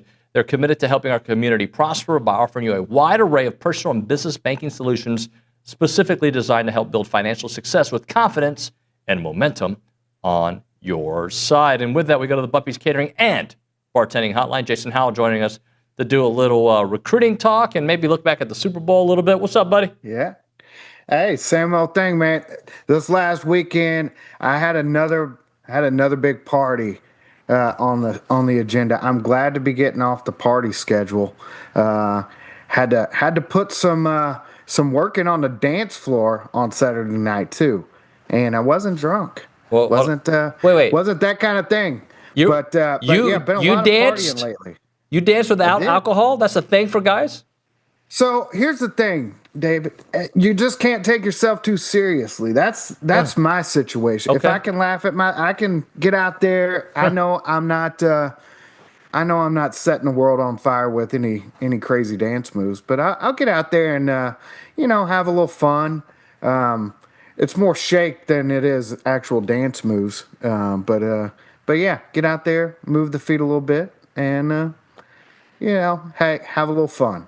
Laugh at myself. I picture you doing the male version of Elaine's dance on Seinfeld. Is that fair? Do you know what I'm talking about? You know what? Yeah, absolutely. I mean, working some Carlton in there.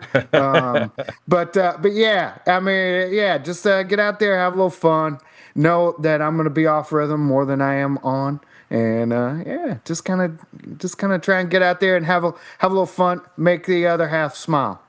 Hey, I do, before we get into some recruiting stuff, I want to, every year you always put some great tidbits when it comes to the Super Bowl. Yeah. And there's some that you wrote about this week, NFL award, Super Bowl story time. And I guess let's start off with the Myles Garrett story that you kind of gave on that one. Yeah, I want to say it was the spring of his sophomore year or something like that. Anyways, he wasn't, the guy everybody's come to know.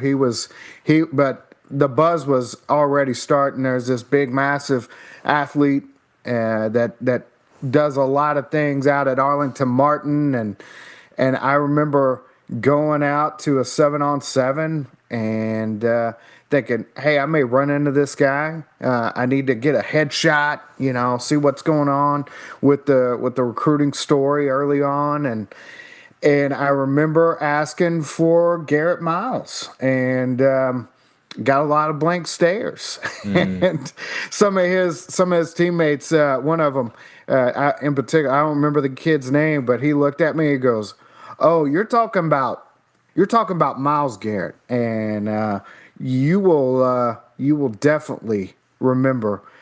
You'll know him when you see him, but he's not here yet." And went off and covered a few different games and whatnot, and I came back across Arlington Martin, and there he was playing tight end and linebacker and doing what we've come to know him do, and that's stand out, from just about any kind of aspect.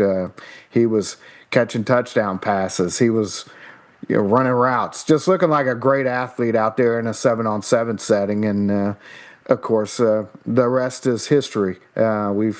We've seen him dominate on the high school level and go on to the NFL and Defensive Player of the Year. So yeah, where he dropped a howdy when he got the award. So always keep an A&M. Absolutely. The other one, so you go from the Defensive Player of the Year to the Offensive Player of the Year, Jackson Smith in Jigba. You have a story around him too. Yeah, so I was there. A&M, I want to say, was recruiting Verone McKinley. And this may have been before I was at TexAgs. So it was right around the early TexAgs days for me. And but I was out watching Verone McKinley for Hebron and Austin Orgy, who was a big linebacker out of Rockwall. And before it was a preseason scrimmage, and one of those it's not going to count kind of situations. Everybody's just trying to get some reps in, And I remember Willie Orgy, Alston's dad, going, "You're going to want to pay attention to this freshman receiver." And I was like, okay, there was another kid at Hebron that was doing pretty well. Trajan Bridges, who ended up going on to Oklahoma and now is in the CFL, but who was also an All-American receiver there. But him and Jackson Smith and Jigba both just went nuts that day. And Jackson was a freshman. Trajan was a sophomore. And yeah, I mean, he's not one of these guys that you just look at and go, oh, that's a spectacular athlete. He looks like he could walk in the room and he looks like a normal guy, as normal as that guy looks, But it was pretty evident from day one what he could do on the field as far as just his ability to get separation, his quickness and burst, and just knack for finding the football and the football finding him and making plays. Again, that's one I remember taking this picture. I ended up going back. It was at Rockwell High School, and I went back to the locker room, to the gym after the scrimmage, and got a headshot of him. And yeah, I don't know. I'm not going to sit here and say I was the first one on him, but it was really early before Jackson Smith and Jigba was setting records and really creating waves. But it was already well known in that community that he was special. Hey, let's do one more because I love these stories. The Matthew Stafford story. Yeah, so I had really not been covering Matthew just because, I was covering Baylor at the time, and Baylor wasn't in the mix for Matthew Stafford. But I was close enough there in Waco, and they needed somebody they could rely on to get up to Highland Park and cover the story. And so I went up there kind of as a stringer type situation, kind of did a little research. He had a top 5, Oklahoma State, Florida State, I think was in there, Georgia, Texas. And so I'm there. I got, a bunch of different guys on kind of a text thread or whatever. And everybody's kind of waiting to see what's going to happen. And I remember Coach Randy Allen I met him in his office as I came into school, and we were walking to, I guess it was like a little auditorium where he was making his announcement, and Coach Allen had a cake.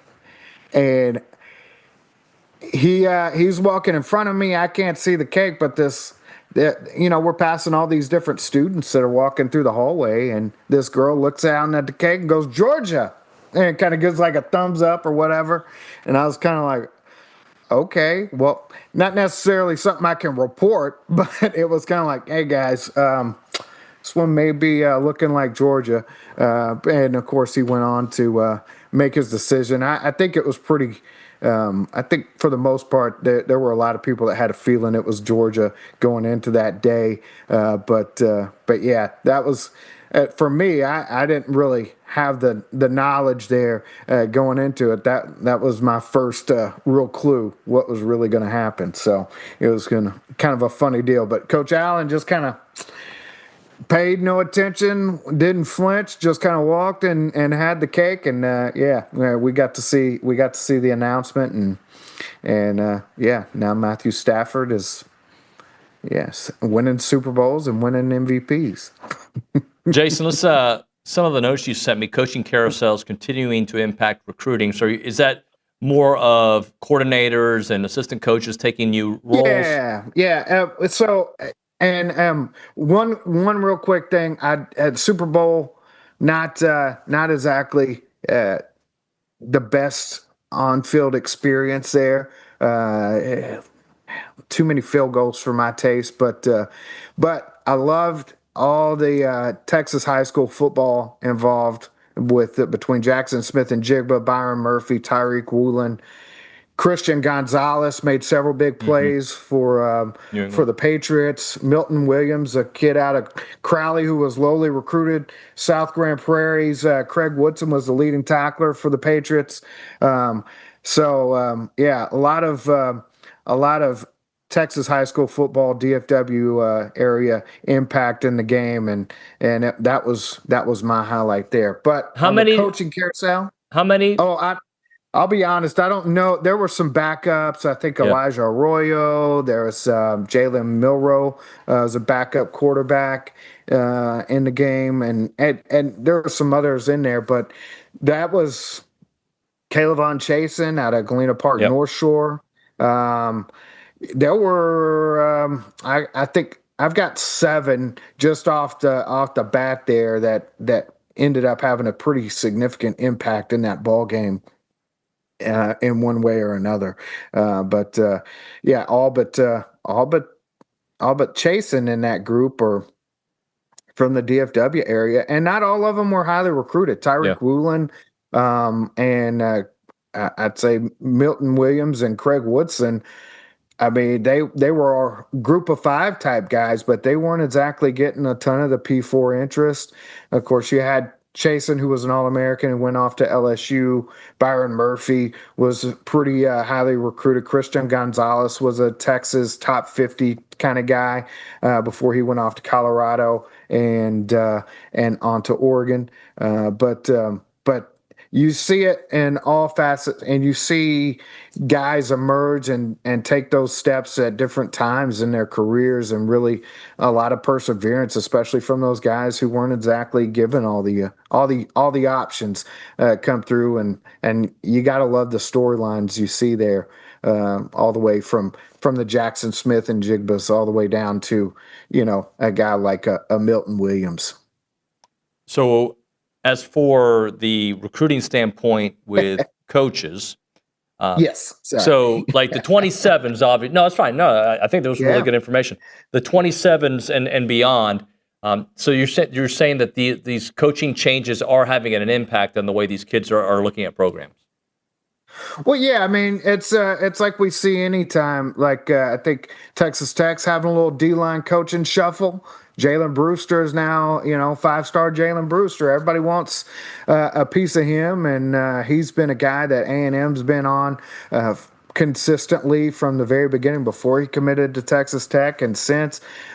His dad played at Ball State with quarterback coach Joey Lynch. There's a lot of connection there with the coaching staff and things like that gives A&M a chance to be a real contender. He's been to campus a few times, and I know Ohio State, Oklahoma, a lot of schools are still there. But he came out and said, with the D-line shakeup up there and the coaching staff, that no, I'm not solid.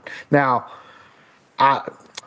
we'll see how that ultimately plays out. I got a feeling Texas Tech's going to do a pretty good job of figuring that out and try and do their best to make sure that they keep them in the fold. But with any of these guys, they got a fight on their hand, and until you see what happens there in the coaching staff, you'll have some questions. I know in A&M's favor, I was talking to John Meredith, and he spoke about BGA and just how much it impacted him. Like, BGA being on staff and being a guy that he already had a relationship with and knows a little bit about what he's doing at A&M. He was talking about, that's really good, and how much of a positive it was to have BGA take that cornerback job, and just from a relationship standpoint. So, it's more on the assistant side of things, and it's happening across the country. It's not just those two instances, but in those two instances, it speaks to A&M's chances a little bit, and what's happening in both of those situations. So, it's one of those things that we talk about it all throughout the season, and why these guys may be committed going into their junior or their senior seasons. the game's still not over because we all know late November, December, there's going to be a round of coaching carousel that could really alter things at the very end as these guys are trying to put pen to paper. What are you hearing from recruits or families about Lyle Hemphill and Holman Wiggins just being the guys that not only have come up this system, right, but great relationships with the players that they've coached and recruited? Yeah, I mean, like you said, it's a lot like with BGA. These are guys that, especially with Coach Hemphill, who's taken it, and Joey Lynch, who's taken that next step. These are guys that they've been on campus, they've known on campus, they've heard them talk about the position, they've been in those meetings. They've when the kids are on campus, these are guys that they're meeting with, and now those guys are taking those positions where they're on the road and they're doing things and being more actively out front for their position groups, and it's definitely helped that they've had those behind the scenes situation. We hear a lot with the offensive line with Coach Mackey and Coach Wiz, along with Coach Cushing. Those guys do a phenomenal job developing relationships with a lot of those targets, especially in those position groups and when those guys are on campus. So it's something that you see that I really like about what Coach Elko's done with this staff, and it'll be interesting to see how it all works out. But it's continuity. These are guys that come in with resumes that are elevated, and it's not like I think Lucci's talked a lot about it. It's not like the A&M's just settling because they have to settle. They could bring in just about anybody, and these are guys that Elko feels good about, and with Coach Wiggins getting that elevated position. I've talked to Bryson Thrower, a big receiver target, who's been on A&M's radar for a long time. That seeing Coach Wiggins take that next step, it was something that piqued his interest a little bit, as he kind of looked at the options. And I think especially with some of those receivers, having a guy that is going to work with them on and have that background as a receiver coach, it's something that can definitely help. Jason, when we come back, we'll look at some few top DFW targets that the Aggies are circling around. And also, you sent me a note that I'm interested in. It says Aggies extend an interesting in-state offer. Yes. So yeah. And I think I'm really looking forward to diving into that one. So we'll get into that here in a few minutes on TexAgs Live. Right now, Milliken Reserve Farm-to-Table community. They are in College Station. They have farms, they got trails, they got homes, they got wide open spaces, and they have a mission to build a healthy community around nature. They're dedicated to the conservation of a healthy community. Respect for the native landscape and wildlife with 2,600 acres of open space, farms, and 30 miles of trails and homes. They want to connect families to nature and to each other with an extensive network of trails throughout a wooded landscape that includes walking, equestrian paths, creeks, ponds, and gathering areas, and is a place for generation after generation to come and be together. They're committed to maintaining and restoring that natural habitat. When you go there, you'll see all the animals in the world, from the white-tailed deer, the songbirds, the rabbits, the turtles. Homeowners at Milliken Reserve sharing a legacy of conservation, which means generation after generation, you're coming back to that pristine countryside place. If this sounds like a place for you, check out the website, millikenreserve.com. That website again is millikenreserve.com.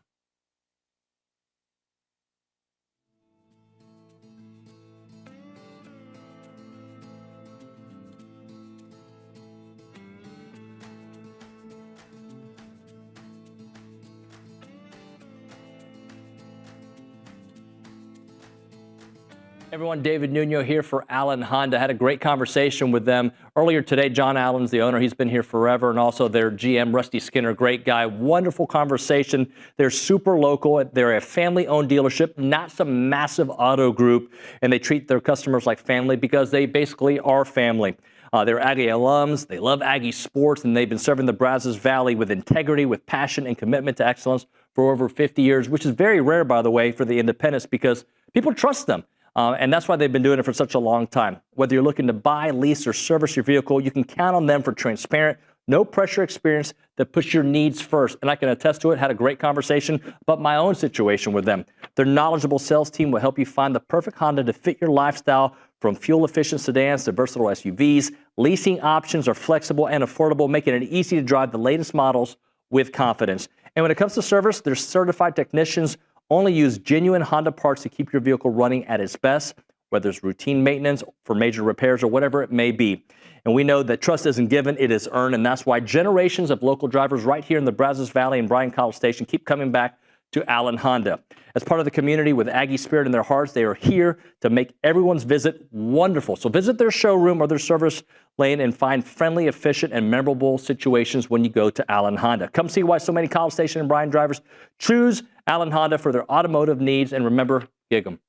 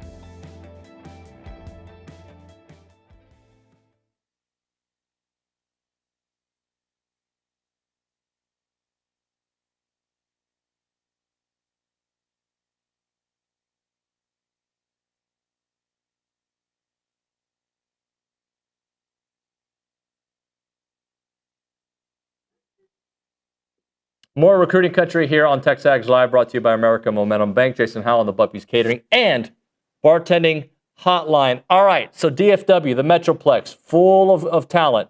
What's the latest there?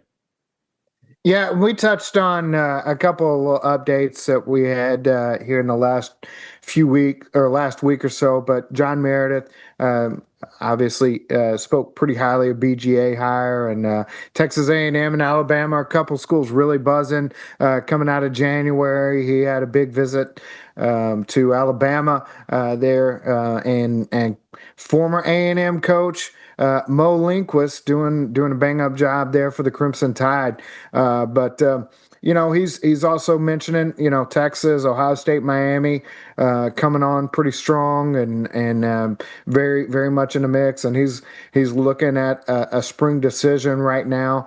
But one of the things that he said consistently throughout this whole process is about A&M is how much it feels like family, and how much Mike Elko, BGA, the entire staff, everybody in College Station making him feel like a part of the family when he's in town and on campus. And that's something that continues to resonate with him. He wasn't able to make it in January. I look for him to make it to campus this spring, and it's safe to say I'm thinking we'll see an official visit there in that time as well. So, and then I mentioned Bryson Thrower, talking about Coach Wiggins and just kind of what he's seeing there. But he's another one. He was supposed to visit that January weekend where the winter weather just decided it was going to be a pain in the butt and throw some things off. But he doesn't have any visits scheduled right now, but A&M is a school that he's consistently looked at, had high on his list. He visited during the fall, and he is it's pretty safe to say that he'll be back in the spring, and he really just wants to get around the coaches and dive into the culture a little bit, but not naming any favorites right now. Texas Tech, LSU, Oregon, a few other schools really coming on. He picked up LSU, Oregon, Michigan, Ohio State offers in late January. So things are kind of coming together there for him. He's seen his stock really take off, but A&M's kind of made him a pretty big priority throughout this process with his size and what he brings to the table as a big receiving target on the outside. Well, I know you mentioned these aren't DFW. This isn't a DFW guy, but we did break the news about Ismail Kamara. He's got a visit scheduled, an OV scheduled for the end of May to Texas A&M. Big kid out of Gilmer, out of France. 6'7". He's actually trimmed down to 340 pounds. I want to say he got all the way down to 320, and he's added some good weight since then. But he is just a different kind of athlete. I don't really know how to say it. I get videos all the time of him, kicking soccer balls and doing heel runs, where he's running uphill and just showing off his explosion. You saw him at the Polynesian Bowl working at center and pulling around and picking up guys on the second level, clearing away for guys. And this isn't a kid that played center. He played tackle at Gilmer, and just they needed somebody to snap the football, and he got in there and got a few reps, and that's where he ended up sticking for the week. So just a big, versatile athlete at the on the offensive line, tremendous size, and a guy that A&M is very much in the mix for, and one of the top in the country and the state of Texas for sure. Jason, there's an interesting new in-state offer.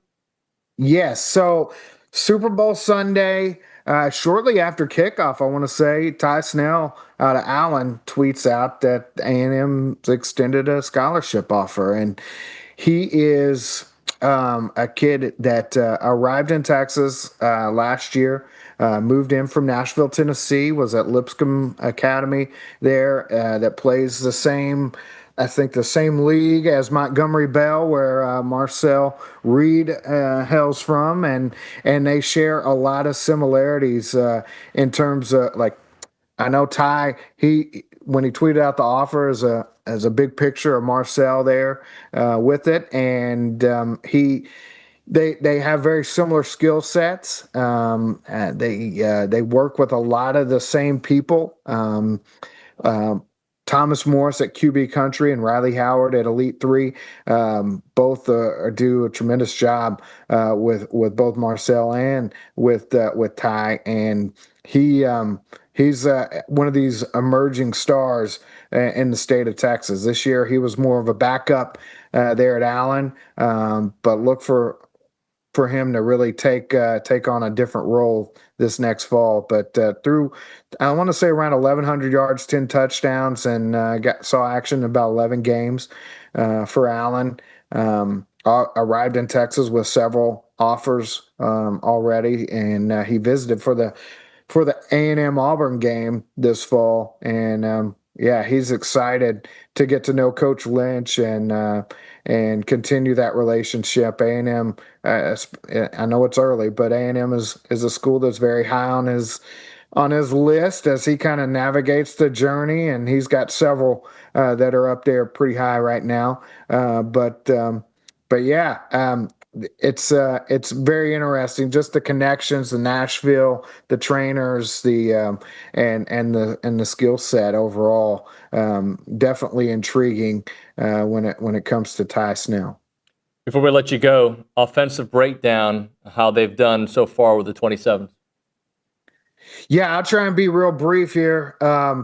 3 commits, and I just did a whole thing in the long form yesterday, trying to dive in position by position, and you got things pretty wrapped up there with Jace Johnson at quarterback and All-American. You got 2 big building blocks in Caden Scott and Demarion Johnson, but you're not done on the offensive line, and you have several big targets throughout. We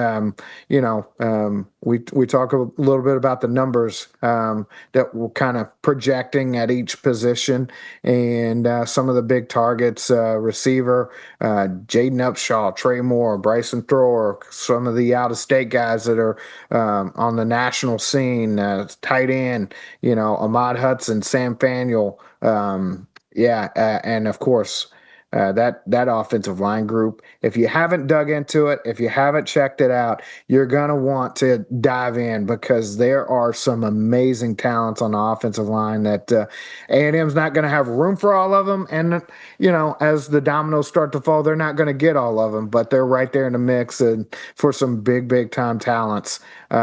As we turn the page from January to February, and we look towards spring ball. Also, before I leave, I got to throw it out there. We touched on it on the board. Zyron Forstall, big IMG edge. Definitely got to keep an eye on. Bronny had a big note on him. There's been a few national projections as him being someone to watch. He's visited a few times. He was at camp. He visited during the season.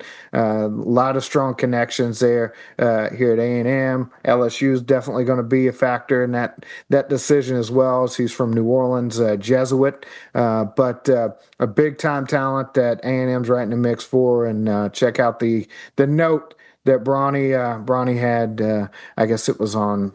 It may have been Monday. But lots of good stuff, and we'll have camp coverage from this weekend and another little 7-on-7 action. I should be able to see some top talents in action as well.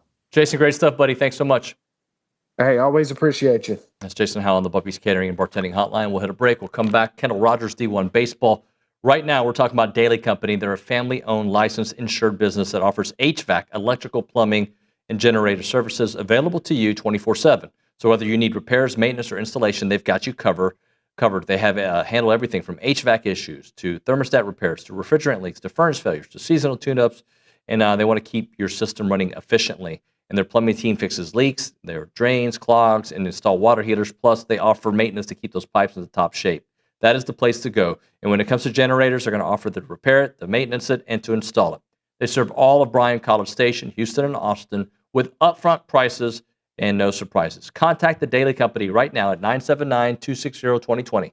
That is 979-260-2020, or visit them at godaily.com to experience the daily difference.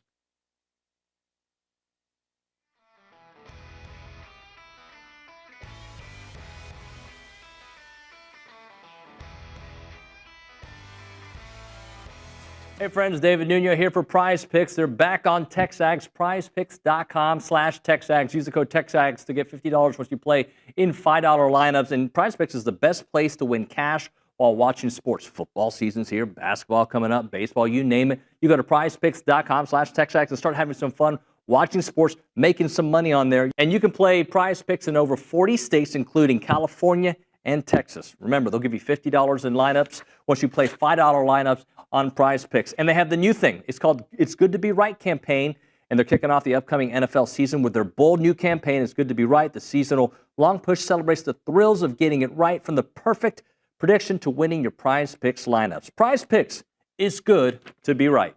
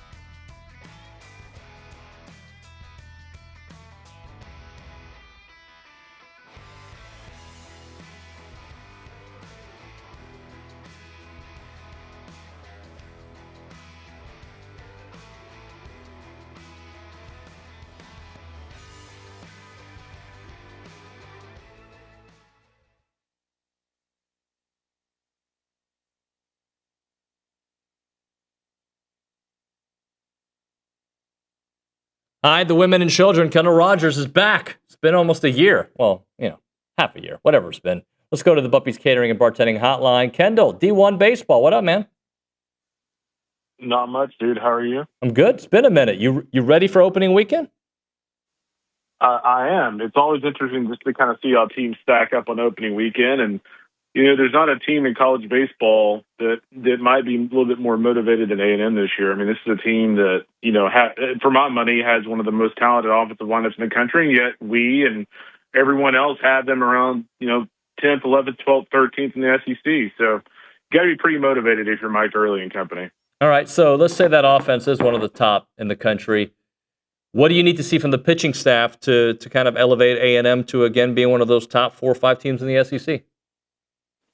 Yeah, I think the biggest thing for me, and it kind of is a recurring theme with a lot of teams around the country this year, is, closers / long relievers moving into the Friday role. You see it at LSU with Case and Evans.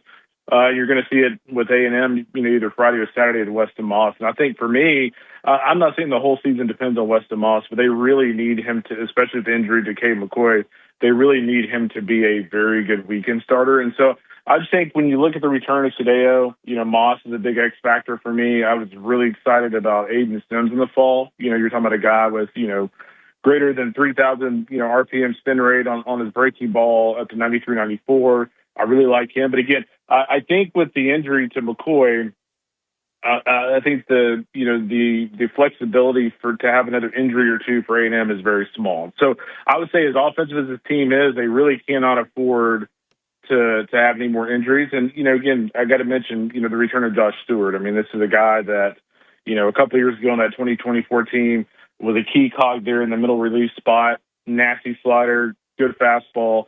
Just having him back from a leadership standpoint is really big for A&M. And so I would say the potential of this A&M team is as much potential as anyone in college baseball, but there are some question marks, particularly on the mound. Talking to Kendall Rogers here on TexAgs Live. What about the addition of Cliff Pennington taking over and just what he can be for Michael Early? Yeah, I think that's a huge pickup. Let's just call it what it is, right? There were times last year, I kind of specifically point out the Texas series where, infield defense was an issue. Infield defense strategy was a major issue. And so I think if you're Mike Early, it was good that you kind of pinpointed that as a weakness for your team last year. And you go out and get a guy who certainly knows a little something about, good infield defense. So I like that. Obviously Cliff is a very good recruiter. And, the other thing is I'm certainly not one of those people that believes, you have to be an Aggie to work at A&M. But what I mean by that is he kind of knows, what ticks for a kid in that program. And so I think there's a great benefit, especially in a year like this where it's extremely important for Mike to win. I think that it's good to have someone like that in the program. So I like to pick up a lot. Talking to Kendall Rogers here on TexAgs Live. Kendall, when you look at A&M this year and talk to Michael Early, what seems different about his approach? Or, in your conversations with him, what you've seen from the program, what seems different? I think the biggest thing for me is it seems like he's more sure of himself, and I think he would agree with that. I thought last year, even just, and I kind of put this on TexAgs a little bit, but even going back to some of his interviews last year with you guys, I kind of felt like he was like a first-year coach. Let's be honest, every first-year coach that I've talked to that's a younger guy, seemed a little unsure of themselves at times. And I thought last year he seemed that way at times. I think this year, whether it's interviews with you guys, conversations I've had with him, it seems like a guy that knows what he wants his program identity to be, knows what he wants in certain roles, knows what coaches he wants in certain roles. So I think that's just a maturation process for him. And so that's the biggest thing I think is different. I think the other thing for him is that, there's a sense of urgency. This is, I wouldn't say your days are numbered, but after this year, you're losing Hakopian, you're losing Sorrell, you're losing Grahovic. You have a window this year to really kind of reestablish your foundation and do some pretty special things. And that's not to say they can't do that next year, but, you're losing some pretty good players. So I just think for me, there's a little bit more urgency and there's a little bit better understanding of what you want your program to be for Mike Early. Ken, I want to take that a step further because I think obviously in his second year, he's going to be better. But I don't know what coach is able to kind of, I don't know if the right word is survive, but when you lose Gavin Grahovic early on and Caden Sorrell's not available for the first part of the season, and just all the changes and the injury, just Stewie going down, if those guys are healthy all year, and I know it's a huge if, the season's probably not the success we expected when they're number one, but it doesn't look like the way it finished. I would agree. Yeah, no, I would 100% agree. If we're being honest, it was kind of the perfect storm. You had, Sorrell's at 70, even when Sorrell was back and still pretty good. He was still at about 75, 80%. So yeah, it didn't start out great when you lose Stewart and you lose Grahovic and then Sorrell's banged up, off and on all season long. That's a lot for a seasoned coach, much less a first-year coach. So there's no doubt. I'm not saying you give anybody a mulligan. We're in modern college athletics where guys are making millions of dollars. There's no such thing as a mulligan. But I do think this year kind of gives us a more accurate, depiction of what this era is going to be because knock on wood, A&M's, pretty healthy positionally right now. So I do think it'll make a pretty significant difference just having those guys not only healthy, but just having them in the lineup every day. I mean, even Sorrell last year, if you think about, at the end of the season, I mean, he would be in the lineup on a Friday and, potentially just randomly miss a Saturday game. Not because he didn't want to, but just because the hammy was kind of bothering him. But it is funny, just going back to last season a little bit, is there was a time at the very end of the season where I felt like if A&M could just get in the tournament, they can make some noise. I mean, I kind of laughed about this with early in the fall. It's like, if you look at the end of last year, Clayton Freshcorn was like unhittable in against Georgia and in Hoover. Lampkin honestly was pretty good most of the year, but like he was unhittable against Georgia the final weekend series of the season. So it was just one of those things where once they finally got somewhat healthy, it was just too late. And so I do think they have something to build off of when you look at the end of last year. Kendall, LSU preseason favorite to repeat. What is it about him? Yeah, I think the biggest thing for me is Jay Johnson. I mean, one thing I love about Jay is that he's never I said this yesterday on the Baton Rouge station, like he's satisfied, but he's never satisfied. And what I mean by that, like he's satisfied they won the national championship last year, but he's one of those guys, like he wants to stack championships. He's like a kind of a Nick Saban personality to where like if he doesn't win it again this year, it's going to drive him crazy. Whereas like some coaches would be like, well, we just won it. Like we're pretty happy. No, he's not happy at all. And so, he went out over the summer, met with a lot of coaches who, won the national title, cratered the next year, or won the national title and then won it again in other sports, and wanted to learn on like how do you handle the team after the team. And so I think when you look at LSU this year, I think they're going to be better. That doesn't mean they'll win the national championship. I think they're going to be better. Derek Curiel moves over to center field. Casey Evans moves to the Friday role. They'll probably have more pitching talent overall, which is kind of incredible considering they had Anderson last year. But, Will Schmidt, a guy that, had some midweek starts and some relief appearances last year on the weekend for them, is honestly probably the most talented arm in the staff. He moves in the weekend rotation. And then you look at those guys just from an offensive standpoint. I mean, man, they're going to hit. They've got Chris Cantrell back in the corner outfield spot. Stephen Milam back up the middle. The Tom Ball native, Kate Aaron Beatty behind the plate. I think he's going to have a breakout year. I think they're going to be really good. Tennessee, obviously they're going to look different. They've got a very, inexperienced roster, a new coach. Tell me about Tennessee this year. Yeah, I mean, again, I'm pretty confident in Josh Elander as a head coach. I mean, I think, when you look at who he learned under Schloss, learned under Van Horn, learned under Vitello, that's a pretty good list to learn under. So I think he's ready for it. But as we've kind of found out, you don't know if you're ready for it until you step in that role. You're the guy that everybody's, kind of counting on. You're the guy making the final decision. So I will say this about Tennessee. I like Tegan Kuhn, Landon Mack in the weekend rotation. I like some of their pieces offensively. But if there's one thing that can kind of bring them down this year, it's not Tony Vitello being gone. It's Frank Anderson being gone. And so, Josh Reynolds, who is our director of pitching development, moves into that role that Frank Anderson had. But go look at the stops Frank had, whether it's Texas Tech, Texas, Houston. Go think Houston hosted 2 regionals when Frank was there as a pitching coach. And then go look at the impact he made at Tennessee. Frank's a really good assistant coach. He's a really good pitching coach to me. He's in the top 2 or 3 in college baseball. And so if there's one thing that could bring them down, it's just losing Frank. That's good. That's kind of the X factor for me is how do they replace him? What about Vanderbilt? What are your projections for them this year after such a successful last season? Yeah, they were kind of the most bizarre number 1 overall national seed I think I've ever seen. I didn't even think they were that great last year. They just won. I mean, I know that makes 0 sense, but I mean, they just weren't a flashy team. They just did a lot of things decent to somewhat well. They were not a flashy club, but I do think this year, I think they have pitching depth. I do think they have some nice pieces from an offensive standpoint. Look behind the plate and Colin Barzy, he's back. I know they're expecting a big-time breakout campaign from him. Again, I don't think they're going to be super flashy, but they're just going to do things well overall. Buddy, it's been a minute. Thanks so much for making time. We'll talk to you next week.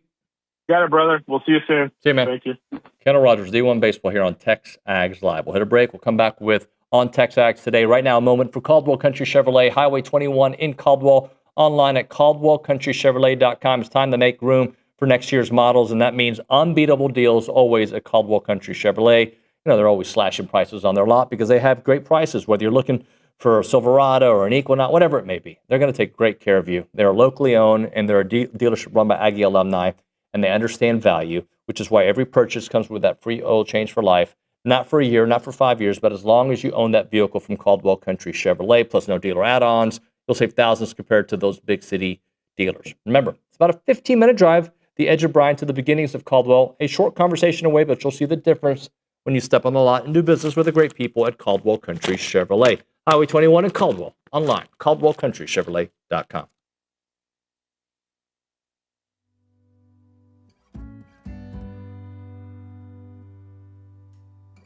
I wish I had Olin here for it because he loves energy drinks. Catalyst Citrus Spark. This is one of the new flavors out there. Whether you're grinding through workouts, cramming for a test, or closing in on a deal, or getting ready for TexAgs Live, you never know, right? Fast becoming the go-to fuel for Aggies everywhere. Zero sugar, I'm all in for that. Or synthetic sweeteners, no artificial colors or flavors. Catalyst delivers clean, high-performance energy with smooth, crisp taste that is never syrupy, designed for both health and hustle. You want to get going, you use this Catalyst right here. It's about pure energy and pure results. And what sets them apart? Packed with premium nootropics blended to boost focus, clarity, and mental stamina. I need this. I'm in, guys. I'm in. Plus, with plant-based caffeine, vitamin B12, B6, Catalyst supports metabolism and energy production, making it more than a drink. It's your lifestyle training partner. Built for competitors on the field, Catalyst fuels strength, focus, and pure results. Buy now at drinkcatalyst.com. That is drinkcatalyst.com. Train harder, think sharper, pure results. It's Catalyst.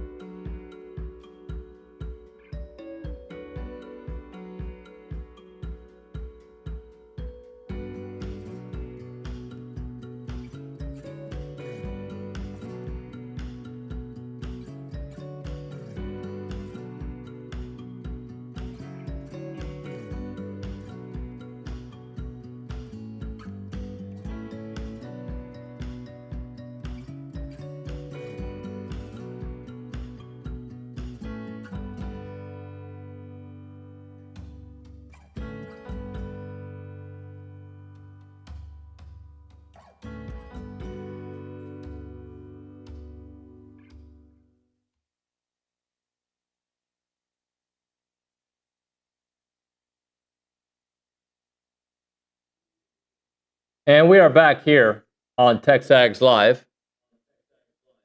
Why do I hear? I can hear an echo back there. That's strange. Huh. Something back there. Somebody playing a joke on us, Nick? All right. I don't like when you do that stuff because I'm not doing anything. The zone's not doing anything. So I hear us on a TV back here or something. It's the weirdest thing. There's like a delay. Doesn't matter. Our audience doesn't care about that. Our audience wants to know what's on TexAgs today. Yeah, well, just as a reminder, if you haven't already, it's a great time to become a TexAgs premium subscriber for full access to content on TexAgs.com. You can go to TexAgs.com/subscribe to sign up. And now for On TexAgs Today, Olin Buchanan wrote a basketball preview ahead of tonight's game. Tom Schuberth, who we had in the studio, wrote a scouting report. And then Jason Howell also wrote recruiting report focusing on a solid 2027 offensive group. And baseball season is almost here. Cade Bickham wrote about the key statistics A&M baseball needs for a bounce-back season. And then later today, we have a lot coming up. We have men's basketball post-game content, including a recap, gallery, and highlights from tonight's game. 2 Days Till Baseball countdown, sponsored by Unrained Bourbon, will be on the page today. Aggie softball pitcher Kate Munnerlin is coming in for an NIL interview. And we will have a Lucianbach podcast with Gabe Buck and Billy live at noon on the TexAgs Live Premium and on the YouTube page. Lots to talk about today. Lots of good stuff. I am convinced, Nick, that someone's playing a joke because the moment you walked in the studio, like literally the step when you walked in, the sound went away. Well, who else has been in there today? Like, I don't know. Maybe somebody Richard from hasn't gone in there. Texas Luke hasn't gone Filmworks. in there. They have their They little put a speaker or something behind you. There's something they did. That would be funny. That's a good idea. Didn't you notice that? I heard it. Yeah, I heard like a 1 second delay. Could the audience hear it? Could you? I hear didn't hear it. No. That's Oh, why I had it to was come so in there. loud here. It was, like when you're performing at the Super Bowl halftime show and you have those little things in your ears so you can't hear the echoing and whatever it's called, whatever that term is called. Well, that's what it was in here. It was terrible. And I'm sure our audience loved that last minute of TexAgs Live because hey, I want to hear more of the double Nuño and double Kayla. I know we had some other stuff to get into. We'll do that next time. All right. All right, so that's going to do it for TexAgs Live here on a Wednesday. Tomorrow on the show, this is what I know what we have. The Fan Show guys. The Logan Lees. It's actually just Logan by himself. We've got Stephen McGee. We've got AT. And some more baseball content for you. All right, friends, thank you so much for watching and listening. Our thanks to all of our great guests today, from Pat Henry to Trisha Ford to Kendall Rogers to Jason Howell to Tom Schuberth and Olin Buchanan. We will see all of you mañana.